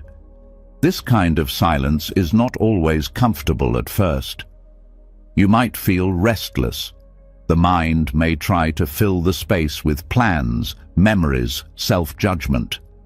But if you stay, if you keep coming back to the breath, the sensations, the presence, the noise begins to lose its urgency. And beneath it, you'll find something else. Stillness that doesn't depend on perfect circumstances. A peace that doesn't come from everything going your way. A kind of knowing that can't be put into words, but you'll feel it. The more time you spend in noble silence, the more clearly you see your patterns. You become aware of what triggers you to speak, what stories feel too uncomfortable to sit with, what emotions you try to avoid by reaching for conversation. This is not about judgment. It's about seeing clearly. Because what you see clearly, you no longer fear. This clarity affects everything. Relationships become deeper. You listen more. You hear not just the words, but the feelings beneath them. You stop interrupting. You stop preparing your next sentence while the other person is talking. You begin to hold space. Real space. The kind that makes people feel seen. Even your relationship with yourself begins to change. You stop narrating your every move. You stop needing to explain your emotions. You start resting in awareness rather than analyzing everything. That shift alone is a deep healing.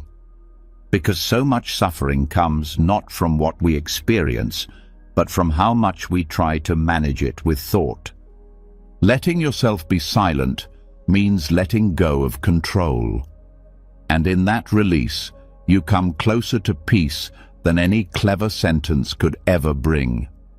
This does not mean we should never speak. Words can be healing. They can offer insight, comfort, connection. But they should come from stillness, not from habit. When words arise from silence, they carry a different weight. They are not reactive. They are responsive. They don't fill space. They open it. Noble silence also restores your energy. Every interaction takes energy, even pleasant ones. Constant talking, texting, explaining, it all drains the mind. When you choose silence, even for a short time, you give yourself space to recharge. Your thoughts slow, your breath deepens, your nervous system resets. In silence, there's no one to impress, no role to maintain, no image to uphold, just awareness, meeting awareness. And that meeting is healing. You begin to discover that silence is not the absence of connection. It is the foundation of it. You don't need to speak to be close to someone. You don't need to explain everything to be understood. Sometimes, sitting quietly with another being is more intimate than 1,000 words, because in that quiet, there is no effort, just presence. This practice is not about being better. It's about being real. You don't have to be a monk. You don't need to disappear into the forest. You just need to pause, breathe, listen. Let yourself not speak, and let that not speaking be enough. With time, silence becomes a teacher. It shows you what's been driving you. It reveals what really matters. And it returns you to the only place where peace has ever been possible. Not in the future, not in someone's approval, but here, in this breath, in this space, in this stillness. And as the silence deepens, so does your trust in life. Not because you've figured everything out, but because you've finally made room for what can only be felt, not said. What can only be known, not explained. What has always been waiting, not behind more effort, but beneath all the noise. As the noise fades, and you've begun to taste the depth of stillness that noble silence offers, something else starts to rise quietly from underneath. It's not chaos this time, but a more refined tension. One that has roots not only in your thoughts, but in your sense of fairness, in what you believe should have happened and what never should have been allowed. It's the craving for justice, not the justice of laws or systems, but the personal craving, the ache to make things right, to see someone held accountable, to feel balance restored after pain, betrayal, or harm. This longing can be sharp and sometimes righteous. It appears when you've been hurt, when someone has taken more than they gave, when truth has been ignored, or when someone escapes consequences. And while it often starts as a desire for truth, it can quickly become something heavier. It becomes attachment. It becomes fire. In Buddhist teaching, craving lies at the center of suffering. It doesn't only apply to pleasure or desire. It also applies to emotional cravings. The craving for closure, the craving for revenge, the craving for fairness. We want justice to come, and when it doesn't arrive, we feel powerless. We replay events, build arguments in our head, imagine outcomes that never come. And all of this adds suffering to pain that already happened.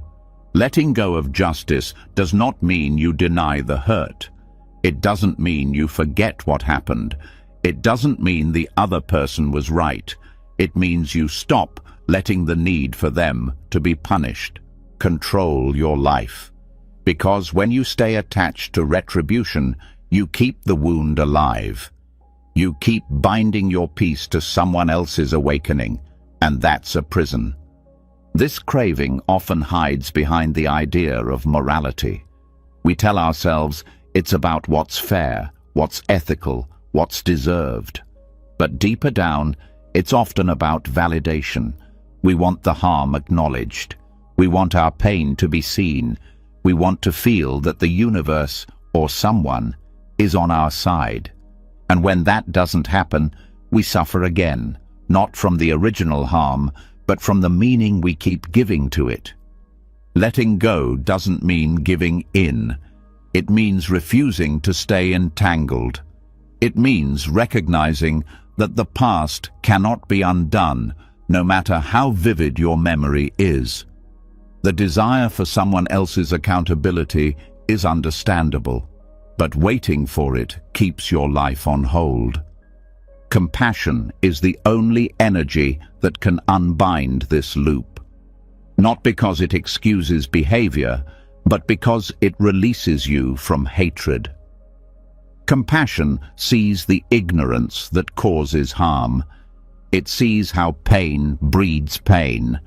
It doesn't justify it, but it understands its roots. And that understanding cuts the cycle. When someone harms you and you hold on to anger for years, you don't punish them, you punish yourself. Your nervous system remains in defense. Your thoughts stay stuck in the past. You cannot rest, because your heart believes justice must happen before peace is allowed. But peace doesn't wait. It arrives when you make space for it. This doesn't mean you don't speak up. It means you speak from clarity, not rage. It means your actions come from inner steadiness, not emotional chaos. Letting go gives you the strength to respond without needing to destroy. It gives you the ability to choose how you show up, even when others fall short. Justice, rooted in compassion, looks different than revenge.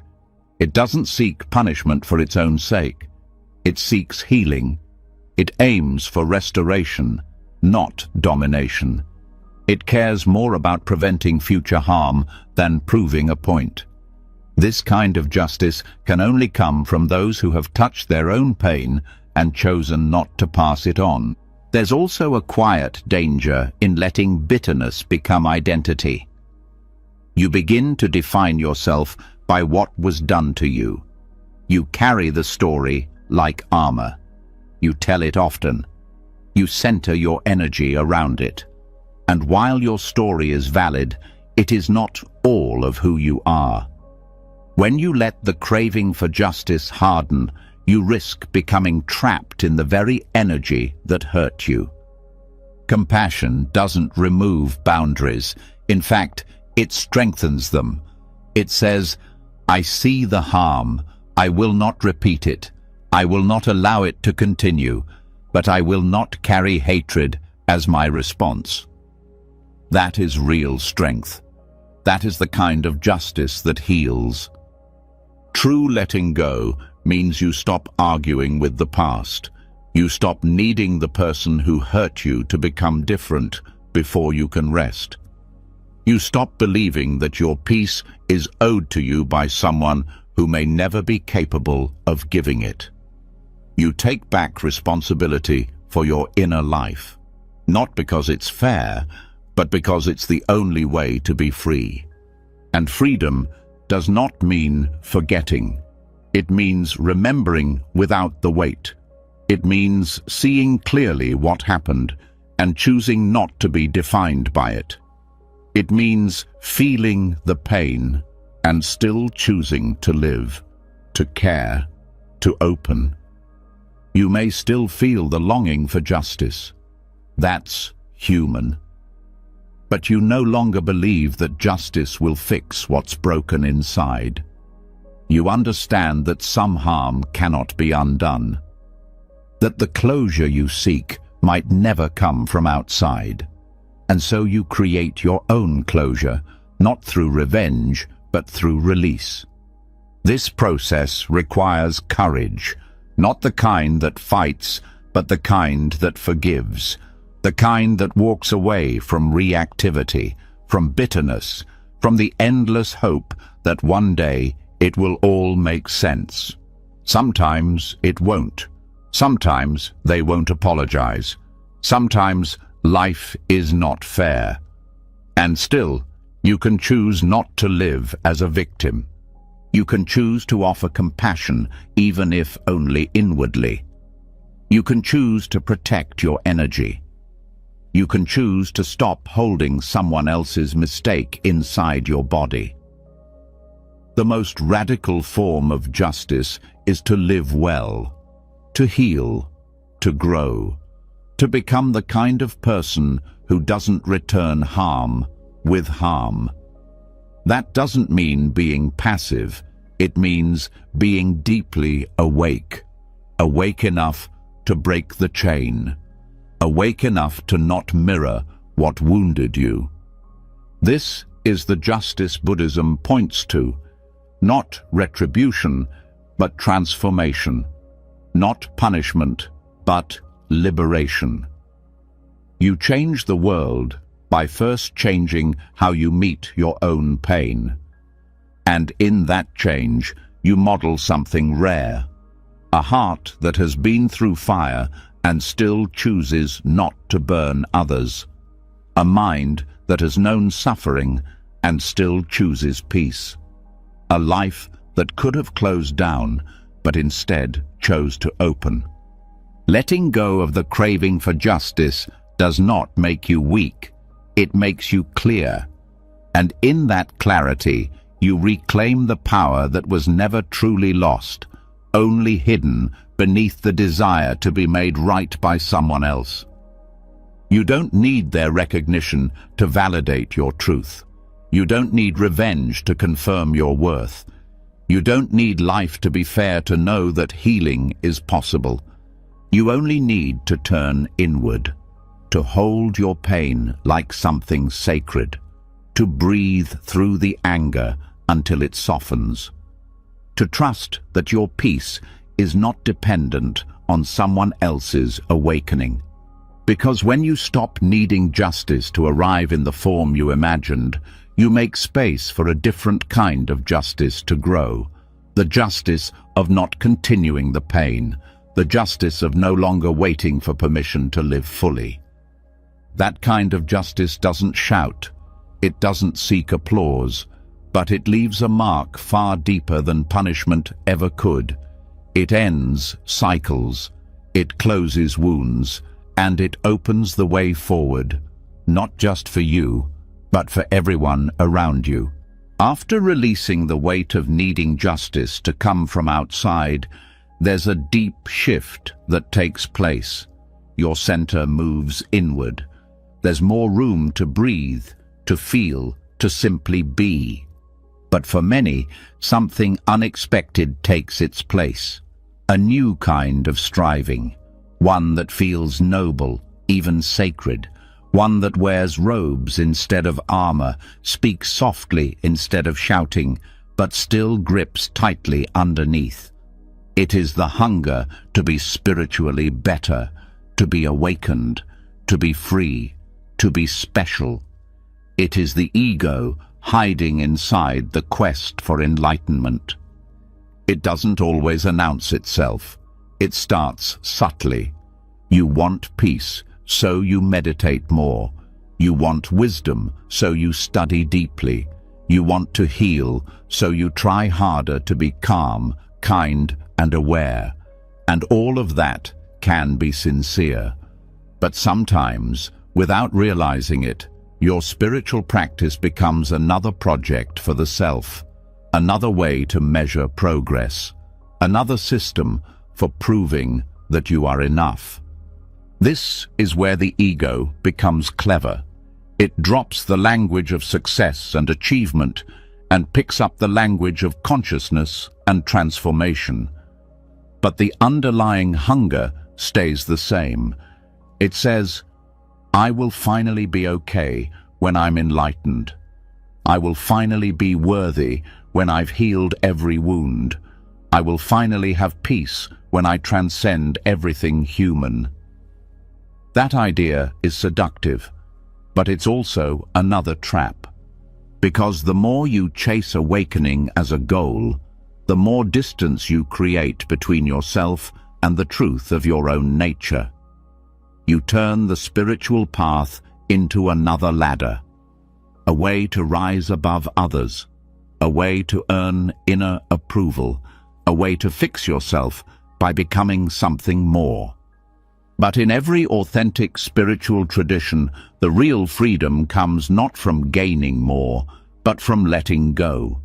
Not from becoming extraordinary, but from realizing you were never separate from what you sought. Spiritual ambition can make the ego feel subtle and safe. You can be admired for your commitment. You can feel superior for being more aware. You can judge others for being less mindful or less advanced. And suddenly, without meaning to, your practice becomes performance. Your progress becomes identity. And your path becomes another way to protect the very self you once wanted to dissolve. This doesn't mean practice is wrong. It doesn't mean effort should stop. It means the motivation behind it needs to be seen clearly. Are you meditating to be free or to become someone who looks free? Are you seeking truth or just comfort? Are you trying to be awakened or are you trying to be better than your past self? These questions are not to shame you. They're to return you to what is real. Because when practice becomes another achievement, suffering returns. Only now it hides under the language of growth. In Buddhism, the idea of non-attachment applies not just to material things, but to spiritual identity. Even the belief, I am spiritual, becomes a form of clinging. Even the desire to be free can become grasping if it's built on the idea that you are not enough as you are. Letting go of spiritual ambition doesn't mean abandoning the path. It means releasing the identity that tries to use the path as proof of worth. It means you stop needing to become enlightened and start noticing the clarity already present in this breath, in this moment, in this body, not in a future version of you, but right here. This shift brings humility, not the kind that feels low, but the kind that feels true. You stop needing to talk about how much you've grown. You stop needing people to see your progress. You stop measuring how far you've come. You simply practice because you love truth. You love presence. You love peace, not as a prize, but as your nature. And in that love, there's no rush, no timeline, no pressure to reach milestones. You let go of the finish line. You drop the comparisons. You begin to realize that the path is not about improvement. It's about intimacy with what already is. Even enlightenment, when seen as a goal, becomes distorted. The mind imagines it as an achievement, a moment of total bliss, of perfect awareness, of no more pain. But in reality, awakening is not the end of feeling. It's the end of resisting feeling. It's not the absence of self. It's the recognition that the self was always a movement, not a fixed thing. This understanding dissolves the need to perfect yourself. You stop waiting to be worthy of stillness. You stop waiting to be clean enough for silence. You see that even your longing to be pure is just another thought arising and passing. And when you don't grab it, it fades, and what remains is already whole. Letting go of spiritual ambition allows space for honesty. You don't have to pretend to be further along than you are. You don't have to hide your confusion or avoid your doubt. You can bring your whole self to the practice, not just the polished parts, but the raw and unfinished ones too. And in doing that, you experience what it means to be truly present, not spiritually advanced, just awake to this moment. Ego dissolves not by force, but by exposure. When you shine light on its strategies, how it tries to use spirituality as a shield, you begin to loosen its grip. You begin to see that the one chasing freedom was never bound, that the one seeking peace was made of it all along. There's also tenderness in letting go of the ambition, because underneath the drive to awaken is often a deep fatigue, a longing to rest, a wish to just be, without needing to prove anything anymore. And that rest is not laziness. It's truth. It's the stillness that spiritual effort was pointing toward all along. You realize that the practice is not a race. It's not about becoming better at being spiritual. It's about becoming so quiet that the need to become falls away. And in that falling away, you meet yourself again, not as an idea, but as presence. Not as a concept, but as awareness. This doesn't mean you'll never feel the pull of ambition again, but now you'll see it. You'll smile at it. You'll know that even that pull is just another ripple in the mind, and when you don't chase it, it loses its power. From this space, the heart opens more naturally. You stop using practice to escape being human and start using it to embrace being fully alive. You allow yourself to feel sadness, joy, confusion, peace, not as signs of failure or success, but as part of the flow. You are no longer performing awakening. You are embodying it. And that embodiment is quiet. It doesn't need to be announced. It doesn't need validation. It doesn't even need to be named. It just is. Letting go of spiritual ambition also changes how you relate to others on the path. You no longer judge them by how advanced they seem. You stop assuming that someone's words reflect their depth. You stop comparing teachings like trophies. You listen more. You expect less. You respect the silence between the words as much as the teachings themselves. You begin to feel a new kind of respect, not based on status or knowledge, but on sincerity. You value humility more than eloquence.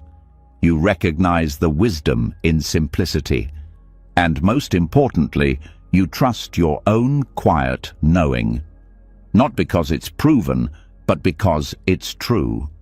This shift doesn't remove discipline. It refines it. You still sit. You still reflect. You still return. But you do it out of devotion, not pressure. Out of love, not lack. And in that love, something deep begins to bloom. Not achievement, not perfection, but presence. That presence becomes your anchor, your home, your truth. And once you taste it, not as a concept, but as lived reality, you no longer need to chase awakening, because you know it's not elsewhere. It never was. It's not hidden in more knowledge. It's not waiting in another retreat. It's not something earned. It's this breath, this silence, this ordinary, sacred now. After releasing the pressure of spiritual ambition, what remains is not emptiness, but openness. Without the need to strive, without the need to become, there is space, raw, unfiltered, and deeply real. In this space, the mind softens. But something else begins to stir. A quiet ache. The places in the heart that were hidden behind the need to succeed. The pain that ambition helped mask. The memories still waiting to be felt. When you stop running forward, you begin to feel what was left behind. This is where true healing begins. Not with fixing, but with meeting. Not through analysis, but through love. Not the fleeting love of emotion, but the steady warmth of presence. And in Buddhist practice, this kind of healing love has a name. Metta.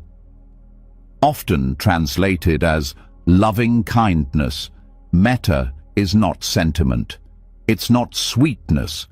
It's the deliberate cultivation of unconditional care, starting with yourself, extending to others, and reaching even those who have hurt you.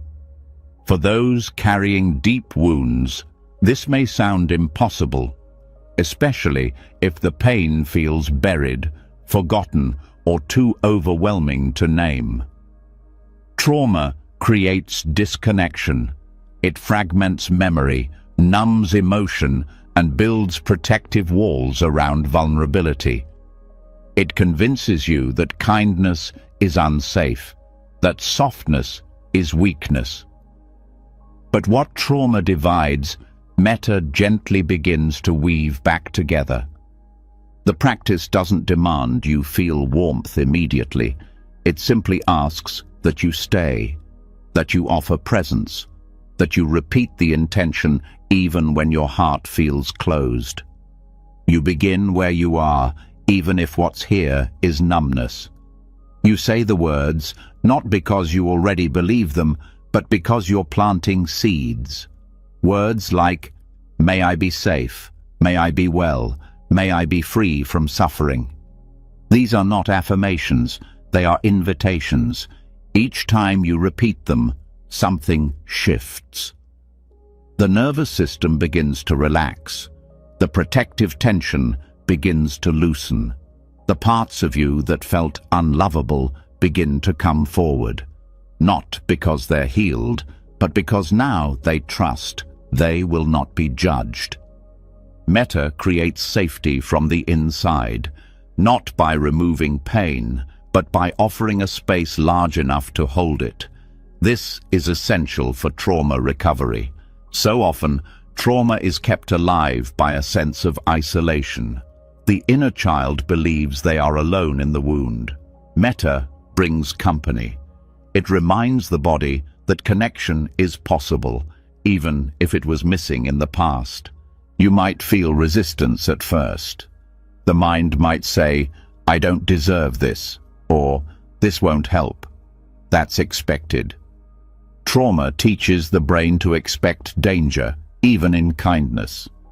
But the practice is not about forcing a breakthrough. It's about creating repetition, a steady rhythm of care that begins to override the old scripts. Over time, the messages change.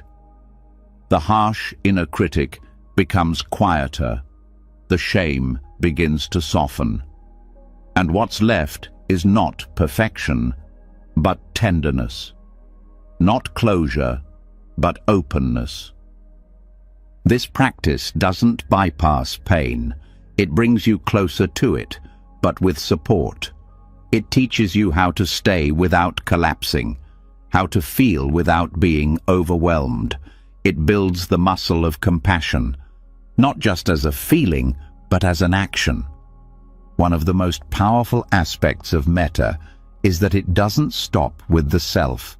It expands outward. First, to someone you love, then to someone neutral, then to someone difficult. This expansion is not just about generosity, it's about integration. Trauma often keeps the heart guarded. Metta slowly teaches it to open again, to risk connection, to trust presence, to include others in your circle of care. This doesn't mean forcing forgiveness. It means releasing the inner contract that says, I must stay in pain to stay safe. That belief is common after trauma. Metta shows another way. It says, you can care and protect yourself at the same time. You can feel deeply and still be safe. The simplicity of the practice is its strength. You don't need to relive every memory. You don't need to fix the past. You meet what's here.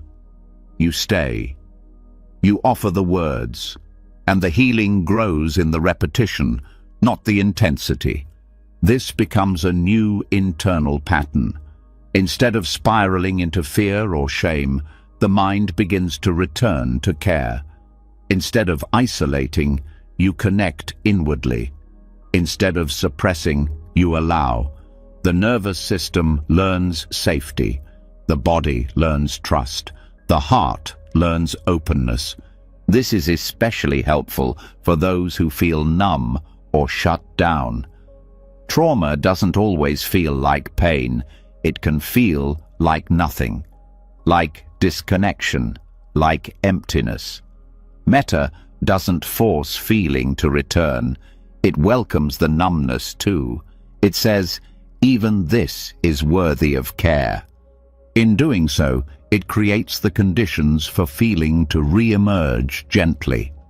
Like thawing ice, the heart begins to move again.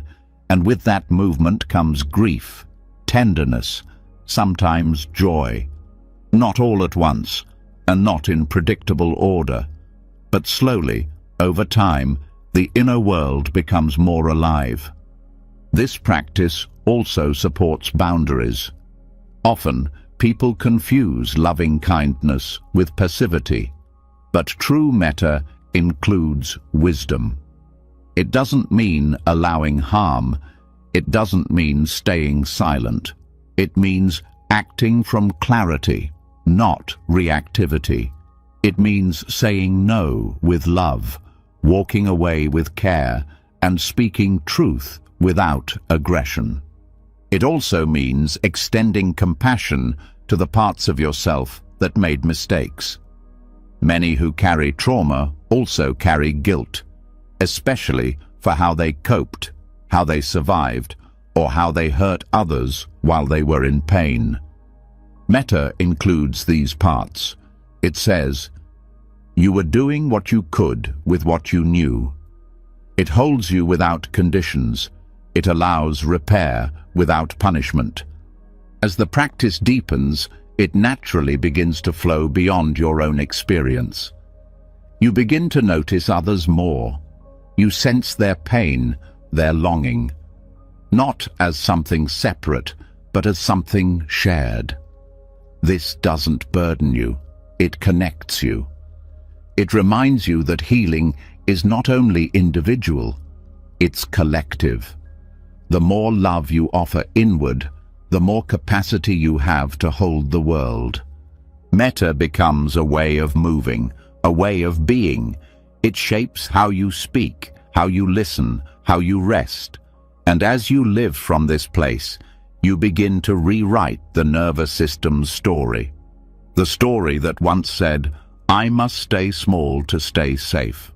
Now it says, "I can be whole, I can be soft, I can be free." And that freedom doesn't come from a single insight. It comes from staying, from saying the words again and again, even when they feel empty, from choosing love when the old habit would be to close, from offering kindness, not because you feel healed, but because you deserve healing. In time, metta becomes more than a practice. It becomes your nature, revealed. Not because you forced yourself to be good, but because you stopped believing you had to be hard. You stopped thinking love was something to earn. You began to trust that it was something you already carried. And with each breath, each phrase, each moment of tenderness, that trust deepens. The heart that was once guarded begins to open. Not wide, not all at once, but enough. Enough to feel again, enough to live again, enough to let the past rest. Metta does not erase the wound. It teaches the heart how to hold it gently. And in that holding, something unbinds, not through force, but through love, not through escape, but through presence. This is how healing happens. One breath, one word, one quiet, brave return to kindness at a time. As loving kindness begins to unbind the heart and gentleness becomes something you no longer resist, another invitation naturally appears. It is not loud, it does not demand attention, but it speaks clearly. After softening toward the pain, after meeting yourself with compassion, the next question is not about how much more to add, but how much can be released. Not how to build more comfort, but how to live with less burden. This is the path of renunciation, not as rejection, but as freedom. In a world built on accumulation, renunciation feels radical. We are taught that more is always better, more achievement, more status, more possessions, more productivity, even more healing. Life becomes a constant reaching, a chase without end.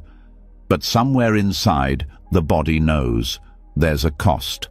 The nervous system tightens, the mind gets louder, the heart grows heavy under the weight of everything we think we must carry. Renunciation is not about deprivation. It is about discernment. It's the willingness to look honestly at your life and ask, what no longer serves? What takes more than it gives? What have I been told I need that actually keeps me disconnected? Letting go is often harder than striving, not because it requires effort, but because it requires trust. You're not pushing towards something, you're stepping back, you're creating space, and in that space, clarity arises. Renunciation is the art of creating space for what matters by releasing what doesn't. This includes physical things. Living in a world of constant advertising and comparison, we absorb the message that happiness is just one more purchase away. But happiness rooted in things always shifts. What was once exciting becomes normal. What was once new becomes old. The mind adapts, then asks for more. This cycle never completes itself. Renunciation interrupts that loop. It invites a conscious relationship with what you own and why. It asks whether your things serve your peace or whether they distract you from it. Simplifying your environment changes how your mind functions. Fewer possessions mean fewer choices to make. Less clutter means less distraction. Simplicity brings stillness, and stillness brings depth. With fewer outer demands, your inner world becomes more spacious. There's more room to listen, more room to feel, more room to live fully where you are, without constantly reaching for what's next. But renunciation is not limited to material things. It's also about letting go of emotional habits. The need for approval, the craving for constant validation, the impulse to control. These patterns feel like protection, but they often block real connection. Renunciation in this context means choosing authenticity over image, silence over reaction, presence over performance. One of the most transformative forms of renunciation is releasing the need to always be busy.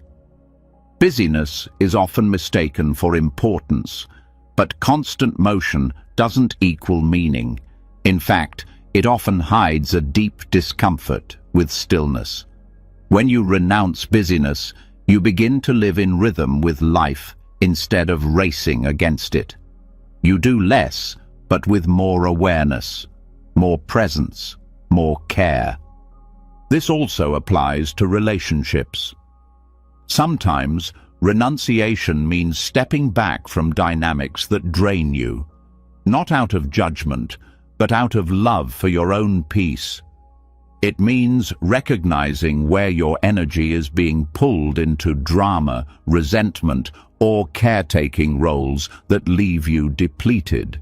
Letting go doesn't always mean walking away. It can also mean releasing expectations, attachments, or unspoken contracts that have kept you locked in pain. Renunciation is not a punishment. It's a return to your natural state before conditioning taught you to need more than you actually do. This return feels like rest. It feels like remembering how to breathe deeply, how to appreciate without owning, how to enjoy without clinging. The fear of letting go is real. It can feel like losing part of yourself, but the truth is, you're only losing the illusions that never brought peace. The more you release, the more clearly you see that most of what you thought you needed was never essential. And what's left, the presence, the love, the quiet aliveness, That's what remains real. Modern life celebrates accumulation, but in truth, the most content people are often those who have chosen simplicity, not out of lack, but from wisdom. They know that attention is their most valuable resource, and they protect it fiercely. They are intentional about where their energy goes. They are selective with what they say yes to, and because of that, their presence is deeper, their relationships richer, their lives fuller. This kind of renunciation doesn't isolate you from the world. It returns you to it more fully. You are no longer distracted by surface wants. You're no longer pulled in every direction by every impulse. You move slowly. You listen deeply.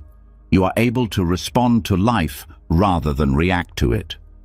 This doesn't mean you stop having desires.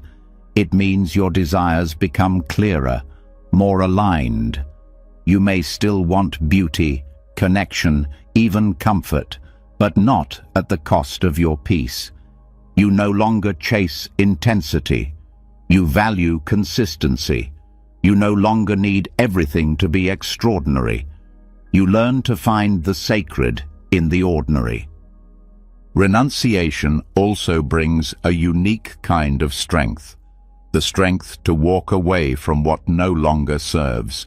The strength to say no when the world wants more of you. The strength to value your inner life more than your outer image.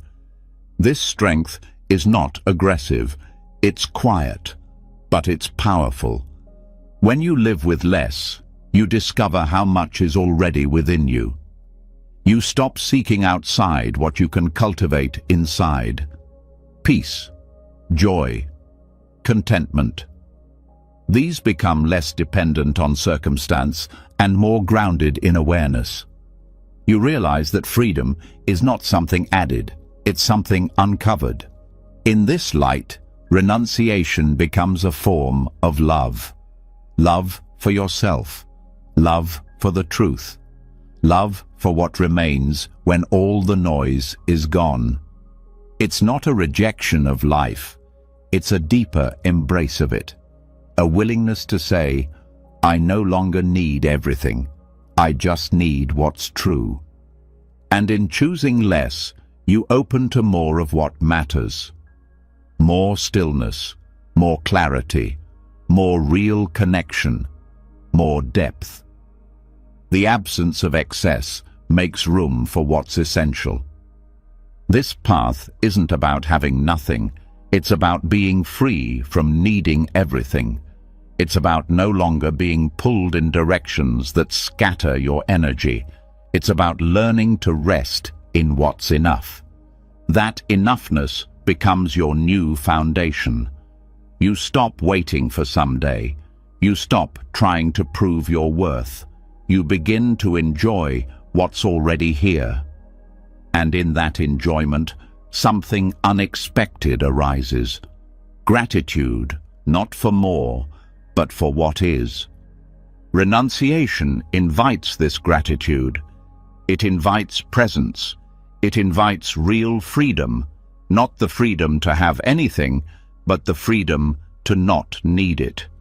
This is the power of choosing less, not as sacrifice, but as healing, not as lack, but as liberation. After choosing less, after releasing what weighs you down, the mind becomes still enough to notice something subtler, something hidden, not in your outer life, but deep within your perception itself. There's a flicker of doubt, a quiet wondering, if letting go of things brings peace, what else have I mistaken as real? What if the suffering I hold on to isn't solid? What if my entire sense of reality is shaped by the stories I've never questioned?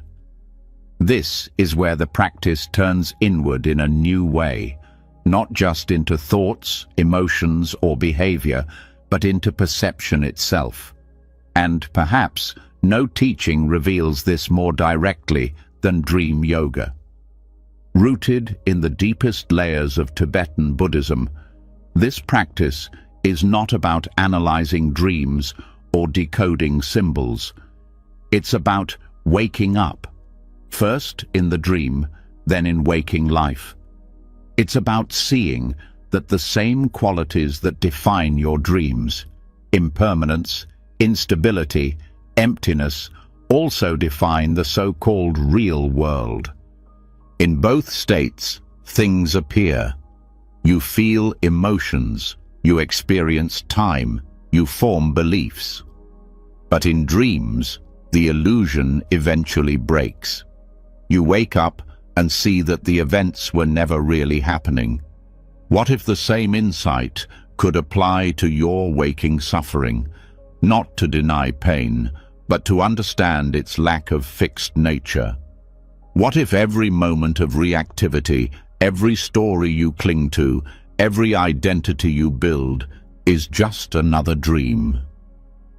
The practice of dream yoga begins with lucidity. This means knowing within the dream that you are dreaming, not in theory, but in experience. This requires training your awareness to be stable enough that it carries through the thresholds of sleep.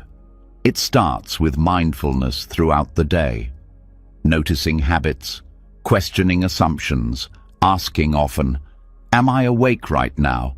What am I believing without proof?" This habit slowly enters the dream state.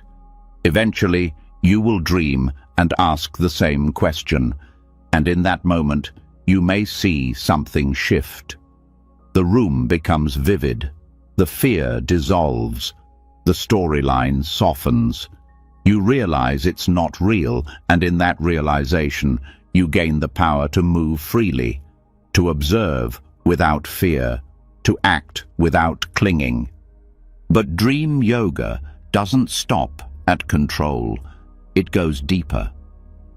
Once you become lucid, you don't just fly or change the scene. You sit with the experience. You notice how quickly it changes. You observe how thoughts shape your environment. You feel emotions arise without external cause.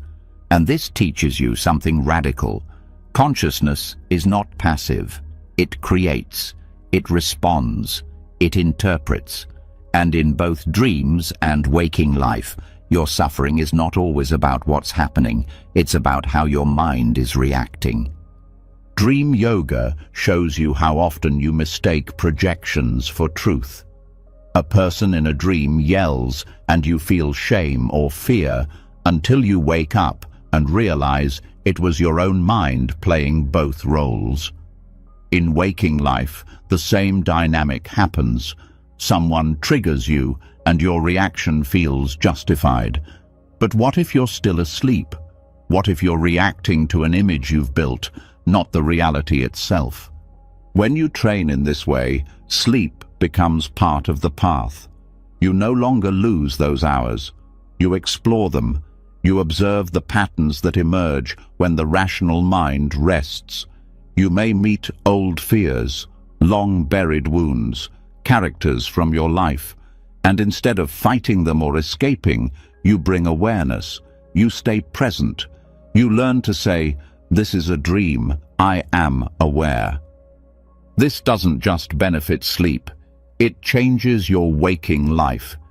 You become less reactive, less certain, more open. You begin to question the solidity of your thoughts, the certainty of your judgments. You see how much of what you call truth is actually interpretation. And this insight becomes healing, because so much of suffering comes from taking things personally, from believing every insult, every failure, every regret is a permanent mark on your identity. But dream yoga shows you identities are fluid, experiences are fleeting. Nothing holds you except your belief in the story. This also opens a doorway into death. In Tibetan tradition, the dream state is seen as a rehearsal for the moment of dying. At death, consciousness separates from the body and enters a bardo, or intermediate state, similar to dreaming. If you have trained to be lucid in dreams, you may recognize the same patterns after death. You may stay aware instead of being swept away by fear or confusion. This gives you choice, not only in this life, but in what follows.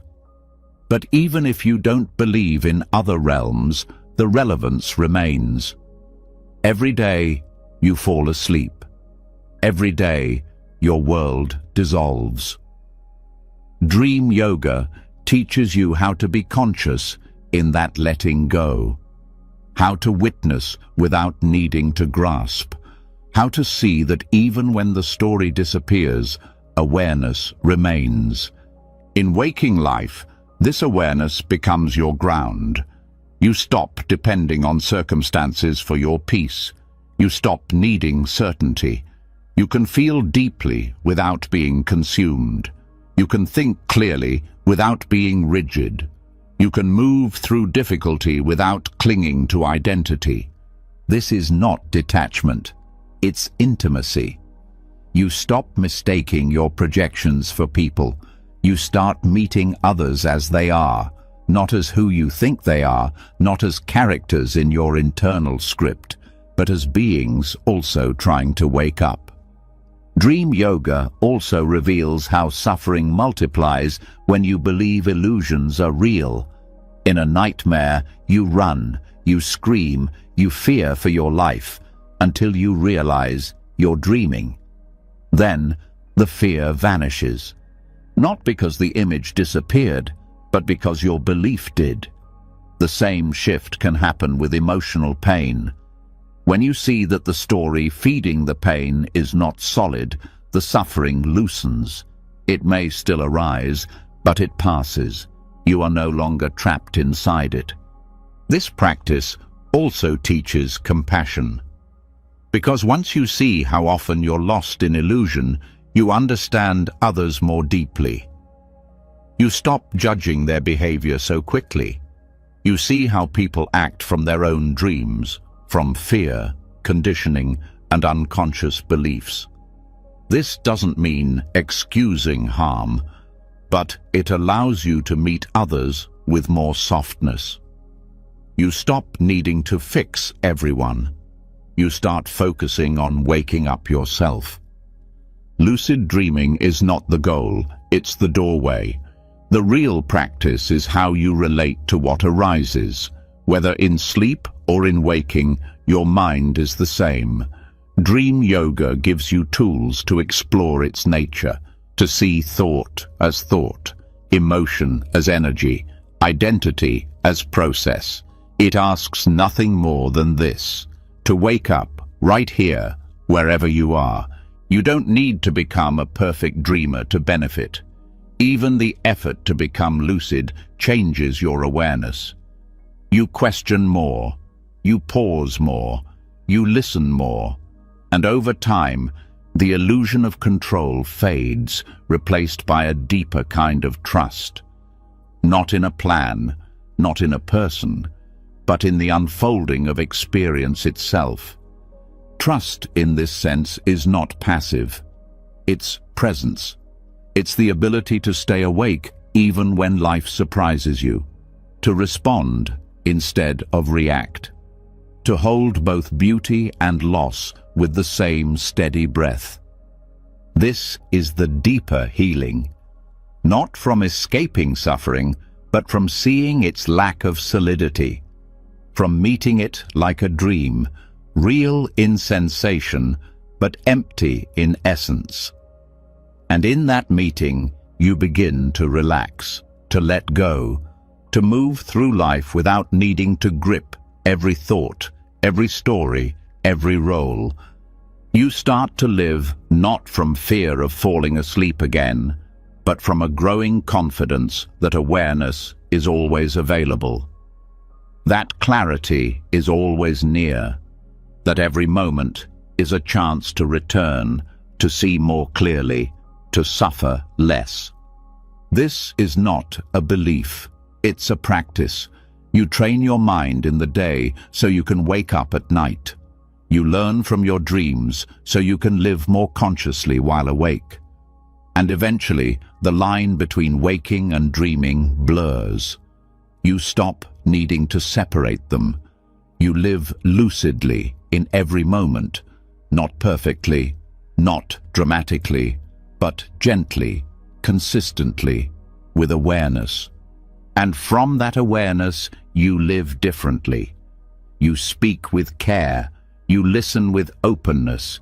You walk through both joy and grief with the same quiet knowing. This, too, is part of the dream. This, too, will pass. But you, the awareness behind it all, remain steady, awake, free. As the dream begins to dissolve and the boundaries between waking and sleeping lose their sharpness, another illusion quietly rises to the surface, one even harder to see because you've been taught to believe it's who you are. It's not a fleeting thought or emotion. It's not a dream image or memory. It's the story you carry each day without even noticing. The one that starts with two simple words: I am. There is power in those words. They shape your perception. They influence your decisions. They define your relationships. But when they become fixed, when your sense of self gets locked inside a specific role, they begin to limit you. The more you believe, I am this, the more you suffer when life challenges that belief. This isn't about ego in the usual sense. It's about identity, who you think you have to be to feel safe, valued, or worthy. These identities often come from roles. I am a parent. I am a partner. I am a leader. I am a healer. I am the one who holds it all together. These roles can feel noble. Sometimes they are even necessary. But when you forget they are roles, they become prisons. You don't just play the part, you become it. And when life moves on, when the children grow, the relationship ends, the job changes, the health declines, you feel lost. You grieve not just the change, but the sense of self tied to it. Letting go of identity doesn't mean becoming no one. It means learning to relate to roles with awareness. It means seeing them as temporary expressions, not fixed truths. It means remembering that you were whole before any role was assigned to you. The pain of identity clinging often begins early. A child learns to receive love by being good, quiet, successful, or strong. That behavior becomes a mask, and the mask becomes a role. Over time, the child forgets where the role ends and the self begins. This creates internal conflict. Even in adulthood, part of you still seeks validation through the same lens. You work harder, you give more, you become the caretaker, the achiever, the one who always says yes, even when you're breaking inside. And yet, behind all of this effort is often a silent fear. If I stop being this, who will I be? This fear is understandable. Identity gives structure, it gives direction, it helps navigate relationships. But the problem begins when you confuse structure for self, when the map becomes the territory, when the label becomes the limit. The Buddhist path offers a different view. It teaches that identity is not fixed. It arises through conditions. It's a process, not a product. You're not a static person. You are a continuous unfolding of causes and effects. Your preferences, roles, thoughts, and habits are not you. They are experiences moving through you. This insight is not just conceptual, it brings freedom, because once you stop holding identity so tightly, you can respond to life more skillfully. You don't have to protect an image. You don't have to defend a label. You can be flexible. You can adapt. You can rest. This flexibility is essential for healing. When you cling to being the strong one, you suppress your vulnerability. When you cling to being the wise one, you avoid saying, "I don't know." When you cling to being the caregiver, you lose connection with your own needs. The role keeps you useful, but it also keeps you distant from yourself and others. Letting go begins with awareness. Start noticing how you describe yourself. What roles feel essential to your worth? What identities are you afraid to lose? Which ones bring you stress when they're challenged? Simply noticing is powerful. You don't have to drop the role overnight. You just stop believing it's the whole truth. This also applies to how others see you. So much suffering comes from trying to maintain a role in someone else's story. You want to be the perfect partner, the perfect parent, the dependable friend. But when your sense of peace depends on someone else's view of you, you become fragile. You're constantly adjusting, performing, shape-shifting to avoid rejection. Freedom comes when you stop needing to be seen a certain way, when you stop needing to live up to an image, when you stop needing to be the person everyone expects. That doesn't mean becoming distant. It means becoming real. And being real sometimes means being uncertain. Sometimes it means failing, letting go, saying no, or stepping back. These actions may not fit your role, but they often align more with your truth. You also begin to see how identity creates conflict. The stronger the label, the more tightly you hold your view. You see yourself as the good one, and someone else becomes the bad one. You see yourself as the victim, and someone else becomes the enemy. These polarities keep the heart closed. They lock you into stories that are hard to leave, even when they no longer serve. Letting go of identity opens space for compassion. You stop seeing people as opposites and start seeing shared humanity. You stop relating from roles and start relating from presence. This changes relationships profoundly. There's less drama, less control, more listening, more respect. It also softens your inner dialogue. You stop attacking yourself for falling short of your role. You stop judging every mistake.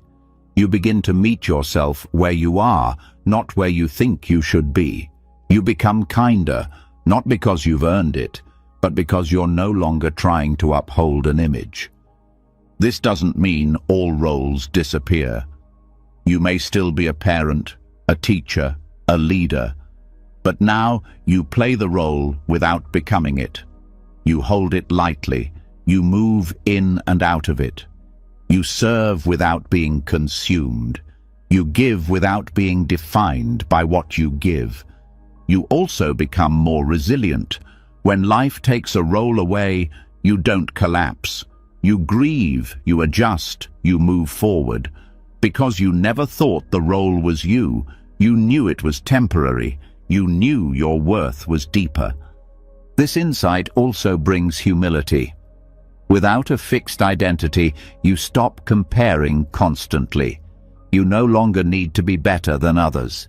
You no longer measure your worth against anyone. You don't have to win to feel valid. You don't have to prove anything. You're already enough. And from that enoughness, life becomes simpler. You say yes when it's true. You say no when it's kind. You speak not to be seen, but to be honest. You listen without defending. You live without pretending. Letting go of identity roles doesn't make you invisible. It makes you transparent. People see you more clearly. You become easier to be around. Your energy becomes steady because you're no longer holding so tightly to an image. This practice is subtle. The ego will still whisper. It will still try to protect a sense of self. That's okay. You meet it with awareness, with patience, with humor. And slowly, the grip loosens. You return again and again to what's real, not the label, but the presence behind it. That presence cannot be named. It cannot be measured. It doesn't need a title. It just is. And from that place, you begin to live, not as a role, but as yourself. Soft, clear, free. As the grip of roles loosens, as the identities you once defended begin to soften and dissolve, something else often emerges from the silence. It's not a stranger. It's a voice you've heard before, many times. It speaks in the quiet after effort, in the moments of doubt, in the pauses where you might otherwise rest. It sounds like your own thoughts, but sharper, quicker, always watching, always judging. This is the inner critic, not because you invited it, but because somewhere along the way it took up residence in your mind. It became your internal compass, not one that points to truth, but one that constantly questions your worth. It reminds you of your flaws. It repeats old criticisms. It says things you would never say to someone you love, and still, you believe it. This voice doesn't come from nowhere.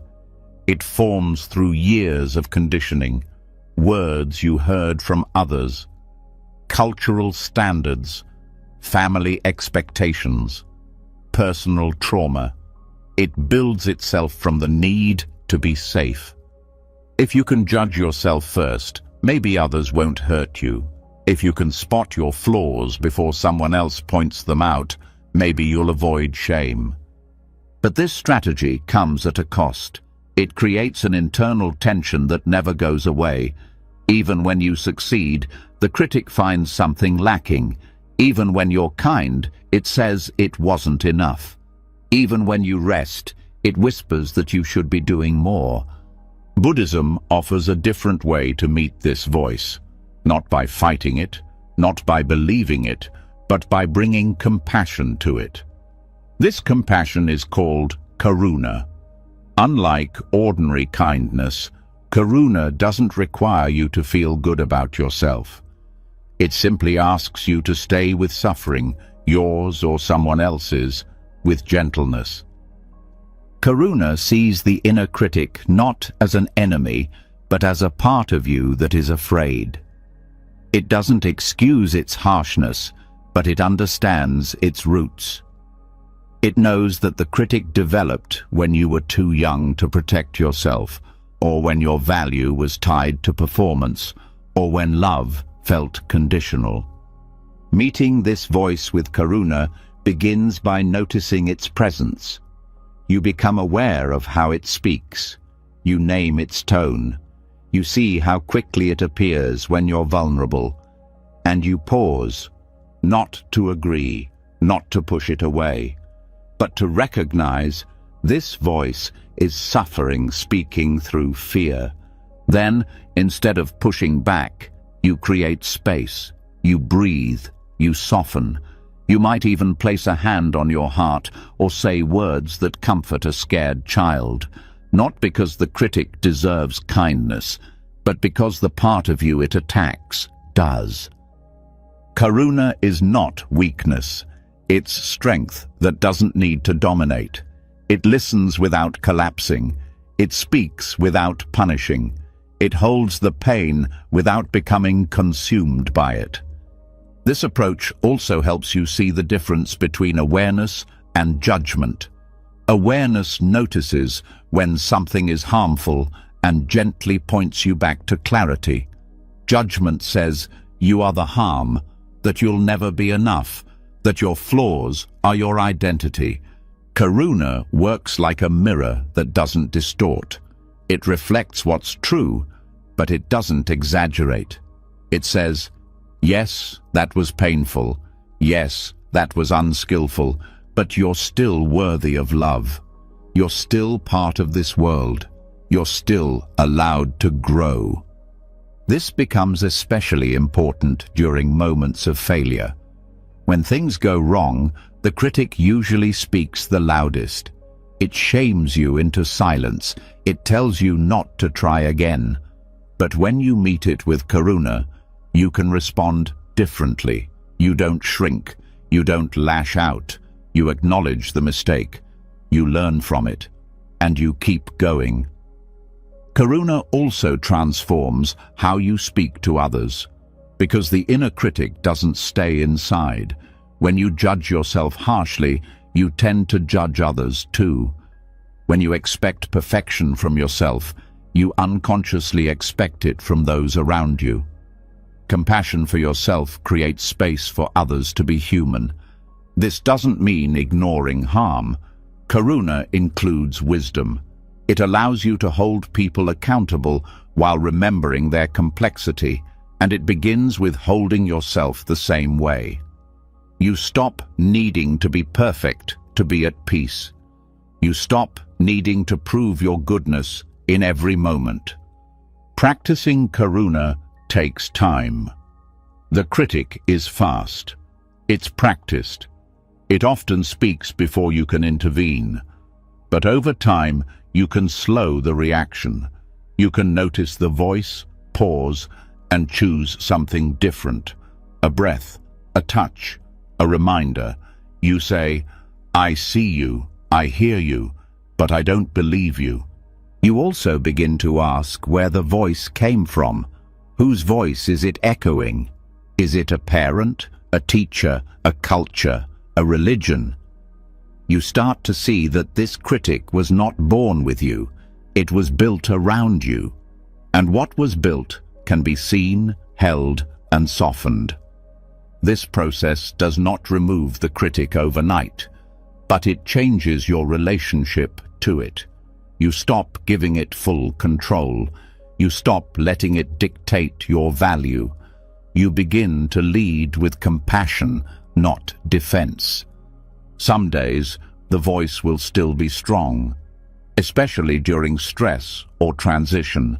That's okay. You're not failing. You're practicing. Each time you bring karuna to that moment, you heal a little more.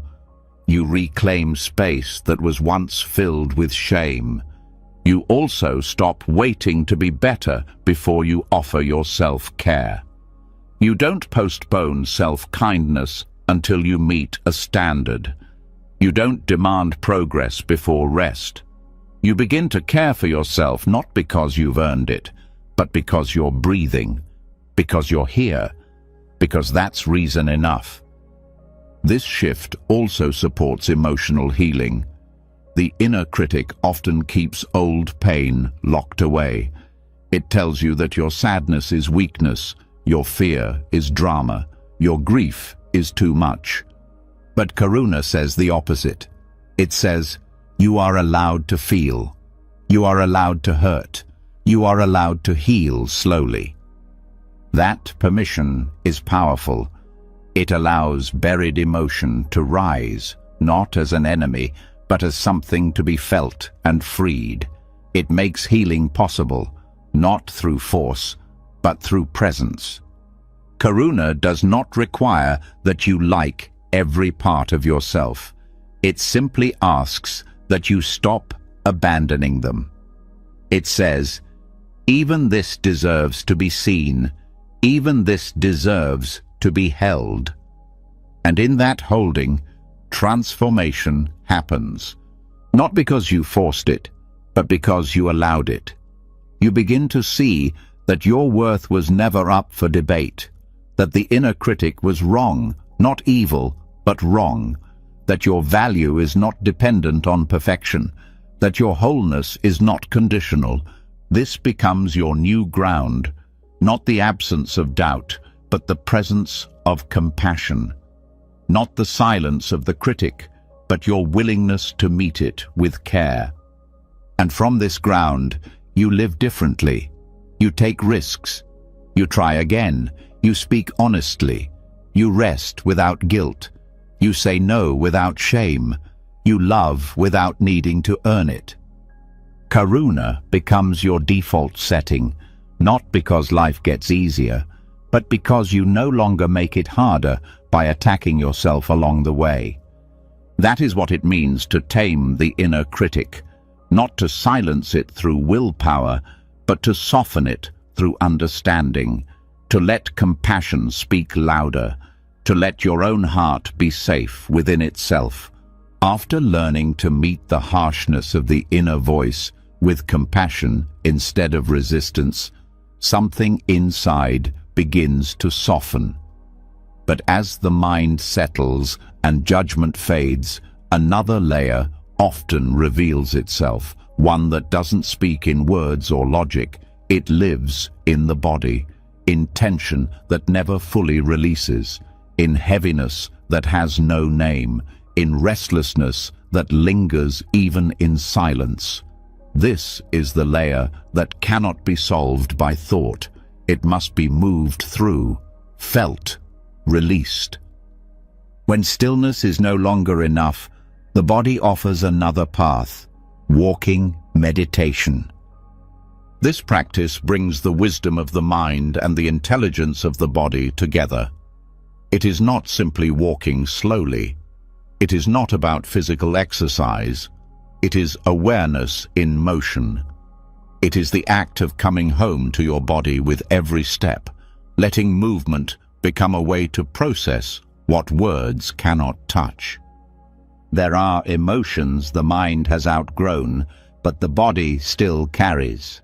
Grief stored in the shoulders, fear held in the belly, shame trapped in posture. These patterns are not mental, they are lived. The body remembers everything, even when the mind forgets, and the only way to release them is to move with intention, to bring presence into movement so awareness can meet what's stored without pressure, without judgment. Walking meditation is a practice of deliberate simplicity. Each step is slow, mindful, rooted in breath. You walk not to arrive somewhere, but to fully inhabit where you are.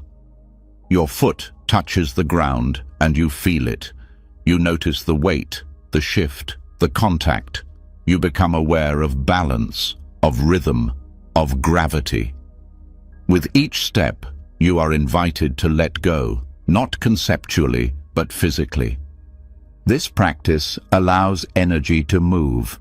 The emotions that stay stuck when you sit in silence often begin to rise gently as you walk, not because you push, but because the body trusts movement. You aren't trying to fix anything. You're simply staying close to yourself while the body remembers how to let go. You may notice memories appear, or sadness with no story, or a sense of unease that has no name. In walking meditation, you don't need to interpret. You don't need to explain. You walk with it. You stay present, and with each breath, each step, each shift in weight, you allow space for the experience to unfold and resolve on its own. There's no destination. The goal is the movement itself. This retrains your nervous system to understand that you don't need to rush to feel better. You don't need to get away from discomfort. You can move slowly with it, with dignity, with compassion. This is deeply healing for those who have felt trapped in stillness. Some people find seated meditation too intense, the silence too sharp, the stillness too much. Walking meditation offers a different rhythm, one that's more forgiving, more grounded. It invites the whole body into practice, not just the mind. There's a natural wisdom in rhythm. The repetitive act of walking creates a pattern that the nervous system finds calming. It mimics the soothing rhythm of breath, heartbeat, or waves.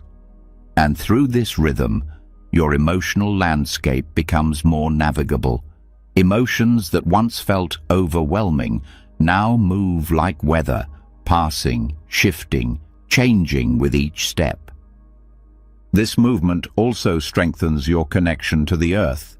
You begin to feel held by the ground, supported without effort. You stop walking on the earth and start walking with it. This restores a sense of belonging, not just as a thought, but as a felt reality. You don't need to be more than you are. You don't need to perform anything. You're simply here, alive, moving, breathing. The simplicity of walking meditation is part of its power. You don't need special knowledge. You don't need to get it right. You bring your attention to your steps, to your breath, to the body in motion. And when the mind wanders, you return, not harshly, just gently, over and over again. This rhythm of returning builds a kind of inner resilience. You stop believing that peace means the absence of thought or emotion. You learn that peace means the ability to return again and again to the body, to the breath, to the step you are taking now. In this way, walking meditation helps integrate other practices. What you see in stillness can now be met in movement. What you touch in silence can now be held in rhythm. The insights that arise while sitting can be lived while walking. It also opens up new ways to relate to space. Instead of moving through the world unconsciously, you begin to notice the details of your surroundings. The sound of leaves, the texture of light, the movement of air. This is not distraction, it's intimacy. You are no longer separate from your environment. You are moving with it, in it, as part of it. The practice doesn't require long hours. Even a few minutes of walking with awareness can reset your energy. It can reconnect you to your body after a difficult conversation, a stressful task, or a long period of mental activity. It becomes a refuge, a way to find your ground again. This practice is especially helpful when emotions feel blocked or unclear. When you don't know what you're feeling or how to name it, the act of walking with presence creates space for the truth to surface naturally. You don't need to dig. You don't need to analyze. You walk, you feel, you listen, and the body tells you what the mind can't. Walking meditation can also be combined with loving kindness or compassion practices. With each step, you can offer a phrase. May I be at ease. May I let go. May I be present. These phrases aren't mantras to force change. They are reminders, gentle companions for the journey. When practiced regularly, walking meditation becomes more than a technique. It becomes a way of life. You begin to carry the same presence into your daily movements, walking through your home, to your car, in the grocery store, at work. Every step becomes a chance to return. Every movement becomes a moment of awareness. And in that return, you find yourself again, not the version built by stories or roles, but the grounded living awareness that has always been here. The one that breathes quietly beneath the noise. The one that moves without needing to arrive. You also begin to release attachment to speed. In a culture obsessed with getting somewhere, walking slowly on purpose becomes a quiet act of freedom. You stop measuring your worth by how fast you go. You learn to value depth over distance. This teaches patience, not the kind that waits for things to change, but the kind that stays present with what is. It's the patience that says, I don't need to escape. I don't need to rush. I can be here, exactly as I am, and take one step at a time. And that step is enough. Over time, walking meditation becomes a mirror. It shows you how you move through life. Do you rush without noticing? Do you hesitate? Do you carry tension in your stride? These patterns reveal your deeper habits, not just physical, but emotional and mental. And once revealed, they can begin to shift. You walk to release, not by force, but by permission. You give your body the space to let go of what it's been holding. You give your emotions permission to move. You give your mind the chance to settle into the rhythm of presence. There is nothing to achieve, nothing to prove, just one step, one breath, one moment of awareness, repeated over and over until it becomes your way of being. And that way of being, that gentle rhythm, begins to carry you, not just during meditation, but in the rest of your life. It teaches you how to be present in motion, how to release without collapsing, how to stay connected even as everything keeps changing. This is the gift of walking meditation, a return to movement without hurry, a path through the body into healing, a practice of letting go, step by step, breath by breath, until all that remains is awareness in motion, light and free. After learning to walk with awareness, to let the body move what words cannot say, something begins to shift, not just on the surface, but deep in the unseen places within. The steps grow quieter, the breath steadier, and space begins to open. Yet even in that stillness, something doesn't fully release.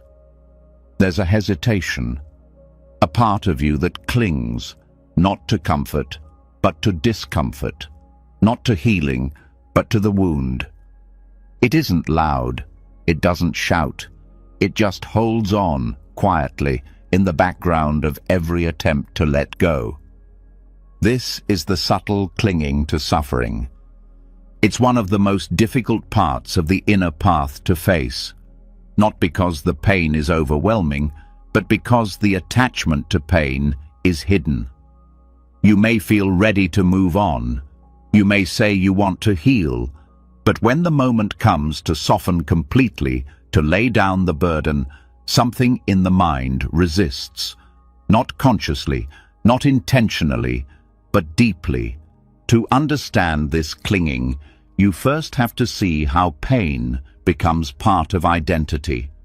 When you've carried suffering for a long time, it begins to shape how you see yourself. It becomes familiar, predictable. Even if it's heavy, it gives you something to hold, something to name, something that explains why you feel the way you do. Letting it go can feel like losing yourself. This doesn't mean you enjoy suffering. It means it becomes a framework, a story that defines your life.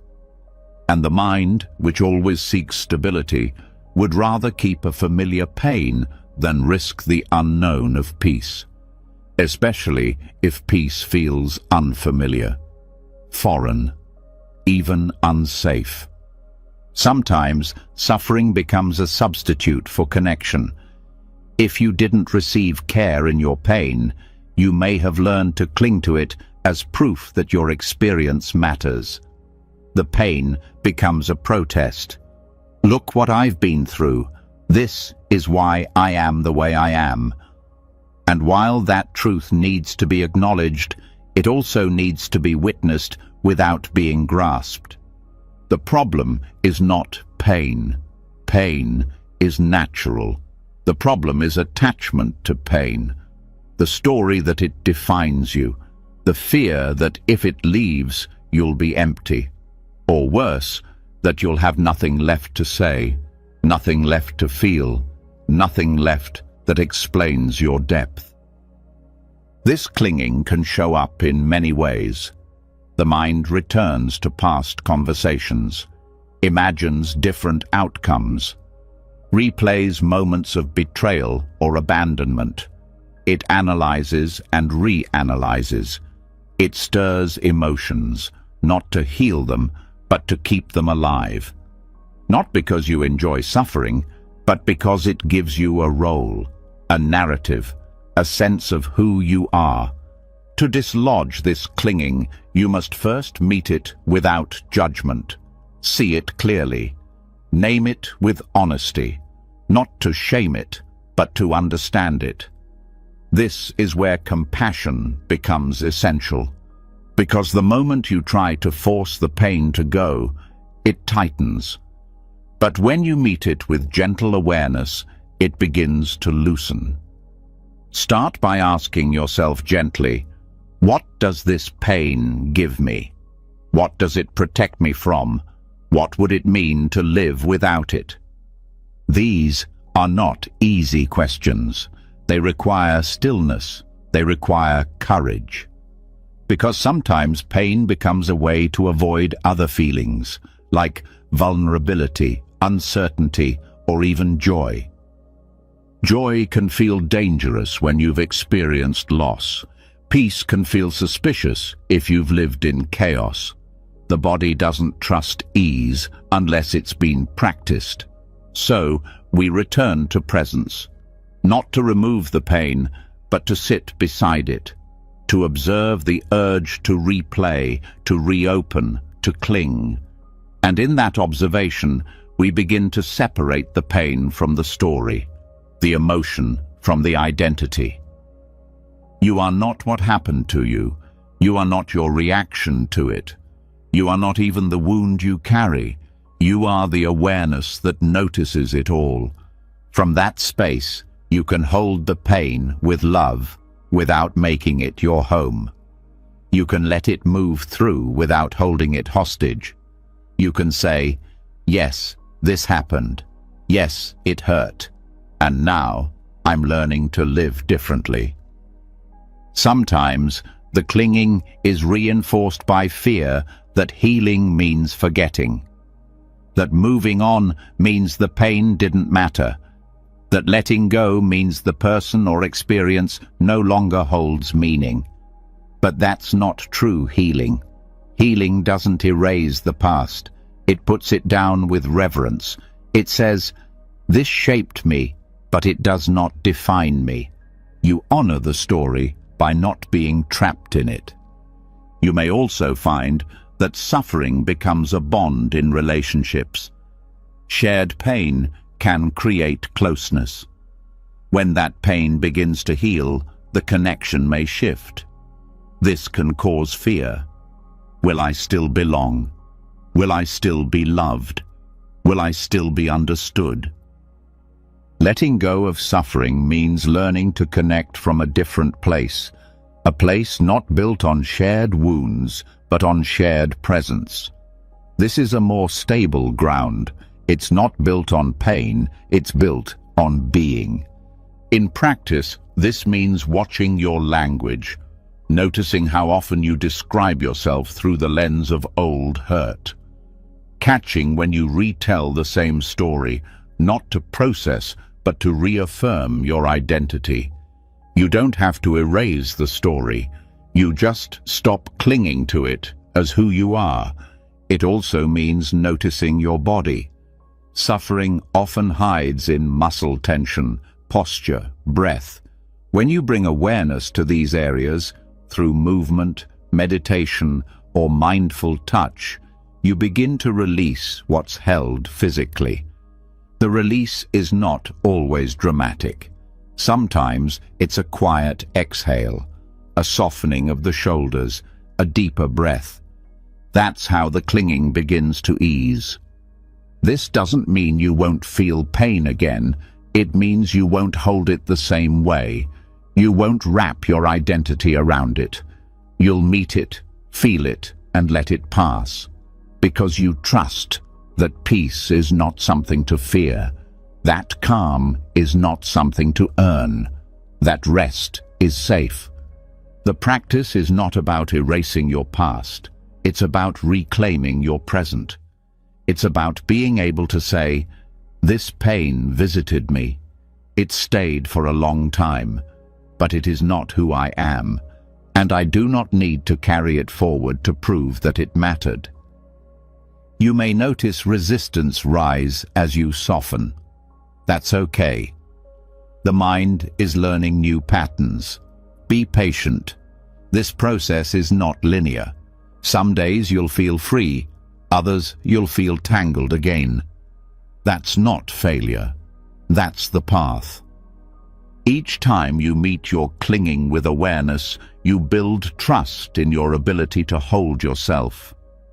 Each time you respond with kindness instead of identification, you strengthen your inner freedom.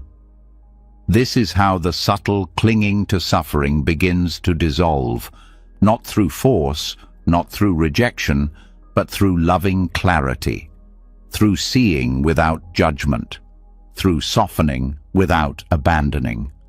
And in that softening, something new appears, not because you added anything, but because you finally stopped holding on.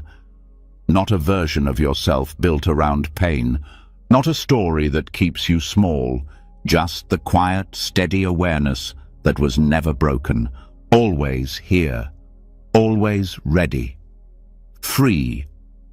After loosening the grip on pain, after seeing the quiet ways we hold suffering close, another form of attachment slowly becomes clear. It's softer than anger, more subtle than grief. It wears the mask of optimism, yet leaves the heart restless. It tells us things will get better, that answers will come, that life will finally make sense. Just not now, not yet. This is the mind's last stronghold, the place where it hides from the unknown by clinging to what it calls hope. Hope doesn't feel like clinging at first. It feels bright, forward-moving, even necessary. We're taught to rely on it, to believe in it, to hold on to it when things fall apart. But hope can also become a form of resistance. It places your peace in the future. It says, "I'll be okay when things change. I'll rest when I arrive. I'll be free once this ends." And in doing so, it quietly rejects what's here now. This doesn't mean giving up on possibility. It means letting go of the need for certainty, the deep attachment to how things should unfold. Hope, when rooted in expectation, can become just another way to avoid presence. The more the mind leans into what could be, the more it leaves behind what already is. The Buddhist path speaks of something different. Not hopelessness, but freedom from needing hope to feel whole. Not despair, but openness. A state called don't know mind. Don't know mind is not confusion. It's not weakness. It's a posture of humility. It's meeting each moment without forcing it into a story, without needing to predict or control, without tying your happiness to a future outcome. This is one of the most difficult teachings to embody, because the mind is addicted to answers. It finds comfort in knowing. It clings to plans. It wants to shape what comes next. And when life doesn't match the script, suffering grows. Not because the moment is unbearable, but because the expectation has collapsed. Don't know mind breaks the addiction to prediction. It invites you to stop waiting for closure, to stop needing guarantees, to stop living your life through the lens of what might happen. Instead, you open to what is without adding anything extra. You become fully awake to the breath, the sound, the light, the feeling, without rushing it, fixing it, or needing it to change. This openness creates space for real healing. Because most pain is not just about what happened, it's about the layers of resistance built around not knowing what will happen next. The questions that haunt us. Will I be okay? Will they understand? Will this feeling ever leave? Those questions don't bring peace. They bring waiting. They place stillness just out of reach, always one step ahead. But in Don't Know Mind, you pause, you breathe, you acknowledge that you don't have to know, that not knowing is safe, that the moment does not need to be figured out in order to be lived. This mindset dissolves pressure. It removes the demand to always have a direction. It allows for rest, not because everything is resolved, but because resolution is no longer a condition for peace. You may feel the tension rise when certainty slips away. The habit is strong, the urge to plan, to predict, to find something to hold on to. It comes quickly. That's okay. You don't resist the habit, you witness it. You say, here's the mind reaching for control again. And then you return to now. You begin to see how often hope was not about healing, but about escape. How often it disguised fear.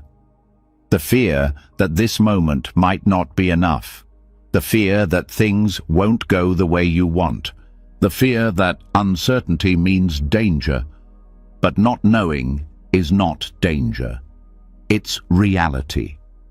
When you stop fighting it, you realize something powerful. Everything truly alive exists in the unknown. Growth, change, creativity, love, all of it arises from a place that cannot be predicted. The more you open to that space, the more deeply you live. This doesn't mean you stop dreaming or caring. You still make choices, you still show up, but your energy is no longer tied to a specific result. You offer your effort, your presence, your sincerity, and then you let go. You do not carry the weight of needing things to unfold a certain way in order to feel peace. This creates a new kind of confidence, not in knowing what will happen, but in your ability to meet whatever does. That is real freedom, not the freedom to control life, but the freedom to remain whole within it. Don't Know Mind also softens judgment. When you're not constantly evaluating whether life is going right, you stop labeling everything as success or failure. You begin to meet experience directly, not as good or bad, just as it is. You may notice more space in your relationships. You stop needing people to behave a certain way to feel safe. You become less reactive. You listen more. You allow conversations to unfold without trying to manage their direction. You also begin to notice the mind's patterns more clearly. How it seeks certainty in everything, from spiritual progress to daily routines. How it creates tension around timelines and goals. How it tries to control even emotions, hoping they'll pass faster if you manage them just right. But emotions don't need management. They need space. They need presence. They need you to be with them, not to fix them. When you stop needing to know when the pain will end, it begins to soften on its own. This approach brings deep humility. You no longer walk through life pretending to have all the answers. You become more honest. You admit when you don't know. You stop needing to pretend. This makes you more trustworthy, not less, because you're no longer protecting an image. You're living from truth. You also stop expecting permanent solutions. The mind wants a finish line, a final state where nothing hurts and nothing changes. But life doesn't work that way. Even peace moves. Even clarity shifts. Don't Know Mind allows for this. It flows with change instead of fighting it. This doesn't mean becoming passive. You still care. You still make choices. But you're not attached to outcomes. You act with presence and let go of the rest. This is what it means to truly let go of hope, not by becoming numb or indifferent, but by stepping out of the future, by releasing the fantasy that something else, something better, will finally make you whole. You realize you are already whole, even now. And from that wholeness, you live differently.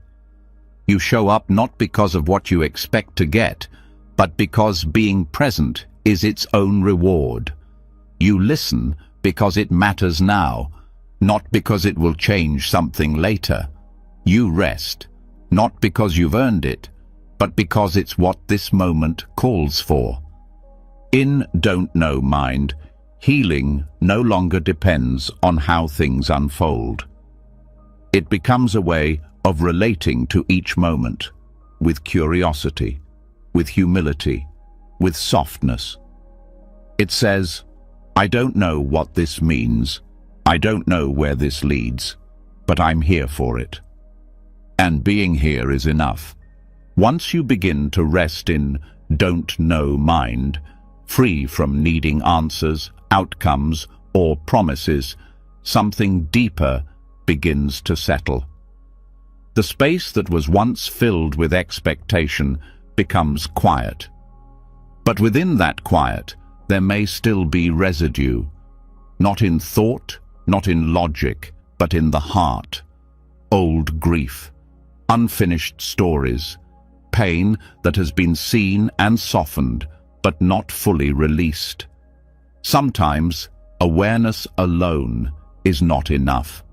Sometimes the heart needs a different kind of language to let go, one that speaks through gesture, not explanation, one that gives form to the invisible and allows it to move.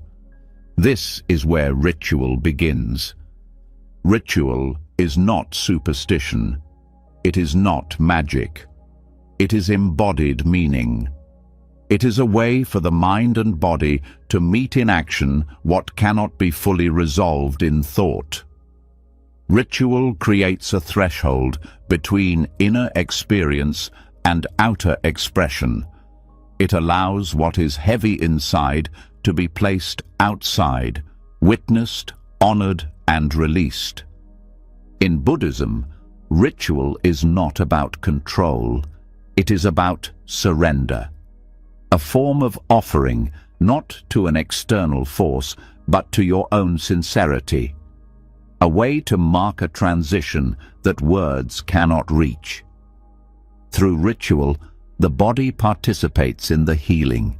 The hands move, the breath slows, the elements respond, and something unspoken is allowed to pass. This becomes especially powerful for emotional closure. There are experiences that the mind has accepted, but the heart still holds. The death of a relationship, a betrayal that left no space for goodbye, a version of yourself that no longer exists. These stories may not demand more talking. They may not need more understanding. What they need is release. Buddhist ceremonies offer a sacred space for this kind of release. They create a container, a beginning, a middle, and an end. Not just symbolically, but energetically. They allow the whole being to say, "This is done." And in that saying, to step forward, unburdened. One of the most meaningful forms of ritual release is the water puja. This practice is used across many Buddhist traditions. It involves making offerings to the water, often as an act of purification, forgiveness, or letting go. Water symbolizes flow, impermanence, cleansing. During the ceremony, participants pour water slowly while reciting prayers or intentions. The act is simple, but deeply felt. As the water flows, so too does the energy of what is being released. The water carries the weight away, not because the problem disappears, but because the attachment begins to loosen. You watch it leave your hands. You feel the shift in your body. You offer it to something larger than yourself, the earth, the lineage, the silence, and you walk away lighter. Another powerful ritual is the fire offering. This practice uses fire as a medium for transformation. Fire consumes, it changes form, it leaves nothing untouched. In a fire puja, written intentions, symbolic items, or visualizations of what you're releasing are offered into the flames. The fire receives them without judgment. It does not analyze or advise. It simply takes what is given and turns it to ash. The act of burning something intentionally creates a physical sensation of closure. There's heat, there's movement, there's finality. The body understands what the mind still wrestles with. This no longer needs to be carried. These rituals are not about performance. They are not about getting it right. They are about presence. You don't need to know ancient chants. You don't need elaborate tools. The power comes from sincerity, from showing up fully, from allowing the act to be sacred, not because it is fancy, but because it is real. This is the essence of ritual, reality made visible. There are smaller rituals too, daily practices that mark emotional boundaries. Lighting a candle each morning with a clear intention, bowing to the cushion before meditation, touching the earth with your hand before going to sleep. These are not habits. They are containers. They remind the mind and body to pause, to honor, to shift states. Even writing can become ritual. A letter never sent, a journal page burned after writing, a poem written as a goodbye. The act of creating something, offering it, and then letting it go. This makes space for energy to move. What was stuck finds a channel. What was buried is brought to the surface, not to stay, but to be seen and released. Ritual also brings community into healing. In many Buddhist cultures, ceremonies are done in groups. Grief is not carried alone. Letting go is witnessed. Others hold space. They offer chants, presence, silence, and in that shared space, something opens. You remember you are not the only one releasing, not the only one starting over. You are not alone in the process. The communal aspect can be deeply healing for wounds that feel isolating, for those who were never given permission to express grief, for those whose pain was never seen. To sit in circle, to offer your intention out loud or in silence, and to be met with shared breath, that itself is a form of release. These rituals don't need to be rare. They don't need to be reserved for big events. They can become part of your life rhythm, a way to mark emotional seasons, a way to step into new chapters with clarity, a way to gently say, "I'm ready to let this go now." Ritual also reminds you that letting go is not always instant. Sometimes you return again and again to the same offering, not because it didn't work, but because layers are being released. Each time you return, something new leaves, something deeper is touched. You meet yourself again, not in failure, but in honesty. There is a humility in this process, a tenderness. You stop demanding closure from the mind and begin allowing it through the body, through presence, through ritual action. This is especially useful when closure is not possible in the outer world, when the person is gone, when the situation cannot be changed, when the words cannot be said. The ritual allows the release to happen within you. It shifts the energy from stuck to moving, from circling to releasing. Even the act of bowing, one of the most common rituals in Buddhism, can be a powerful gesture of release. A bow says, I let go of control. I honor what is. I offer this moment fully. It's not submission. It's surrender to what cannot be changed. And in that surrender, peace begins to return. Rituals speak in a language older than logic. They meet parts of us that words cannot reach. They offer structure where there is chaos. They offer rhythm where there is pain.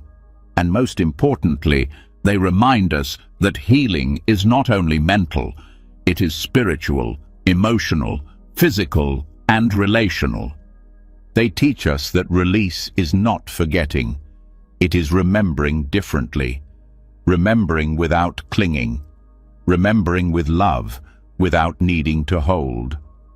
Through ritual, you practice the art of goodbye, not as abandonment, but as an act of love. You say, this mattered, this shaped me, and now I release it to the fire, to the water, to the silence. And in doing so, you step forward. Not because you've erased the past, but because you've integrated it. You've honored it. And you've decided that the present moment is wide enough to hold new life, new breath, new space. This is the power of ritual. It transforms not by changing what happened, but by changing your relationship to it. It turns pain into prayer. It turns memory into offering. It turns holding into release. And in that release, a new path quietly appears.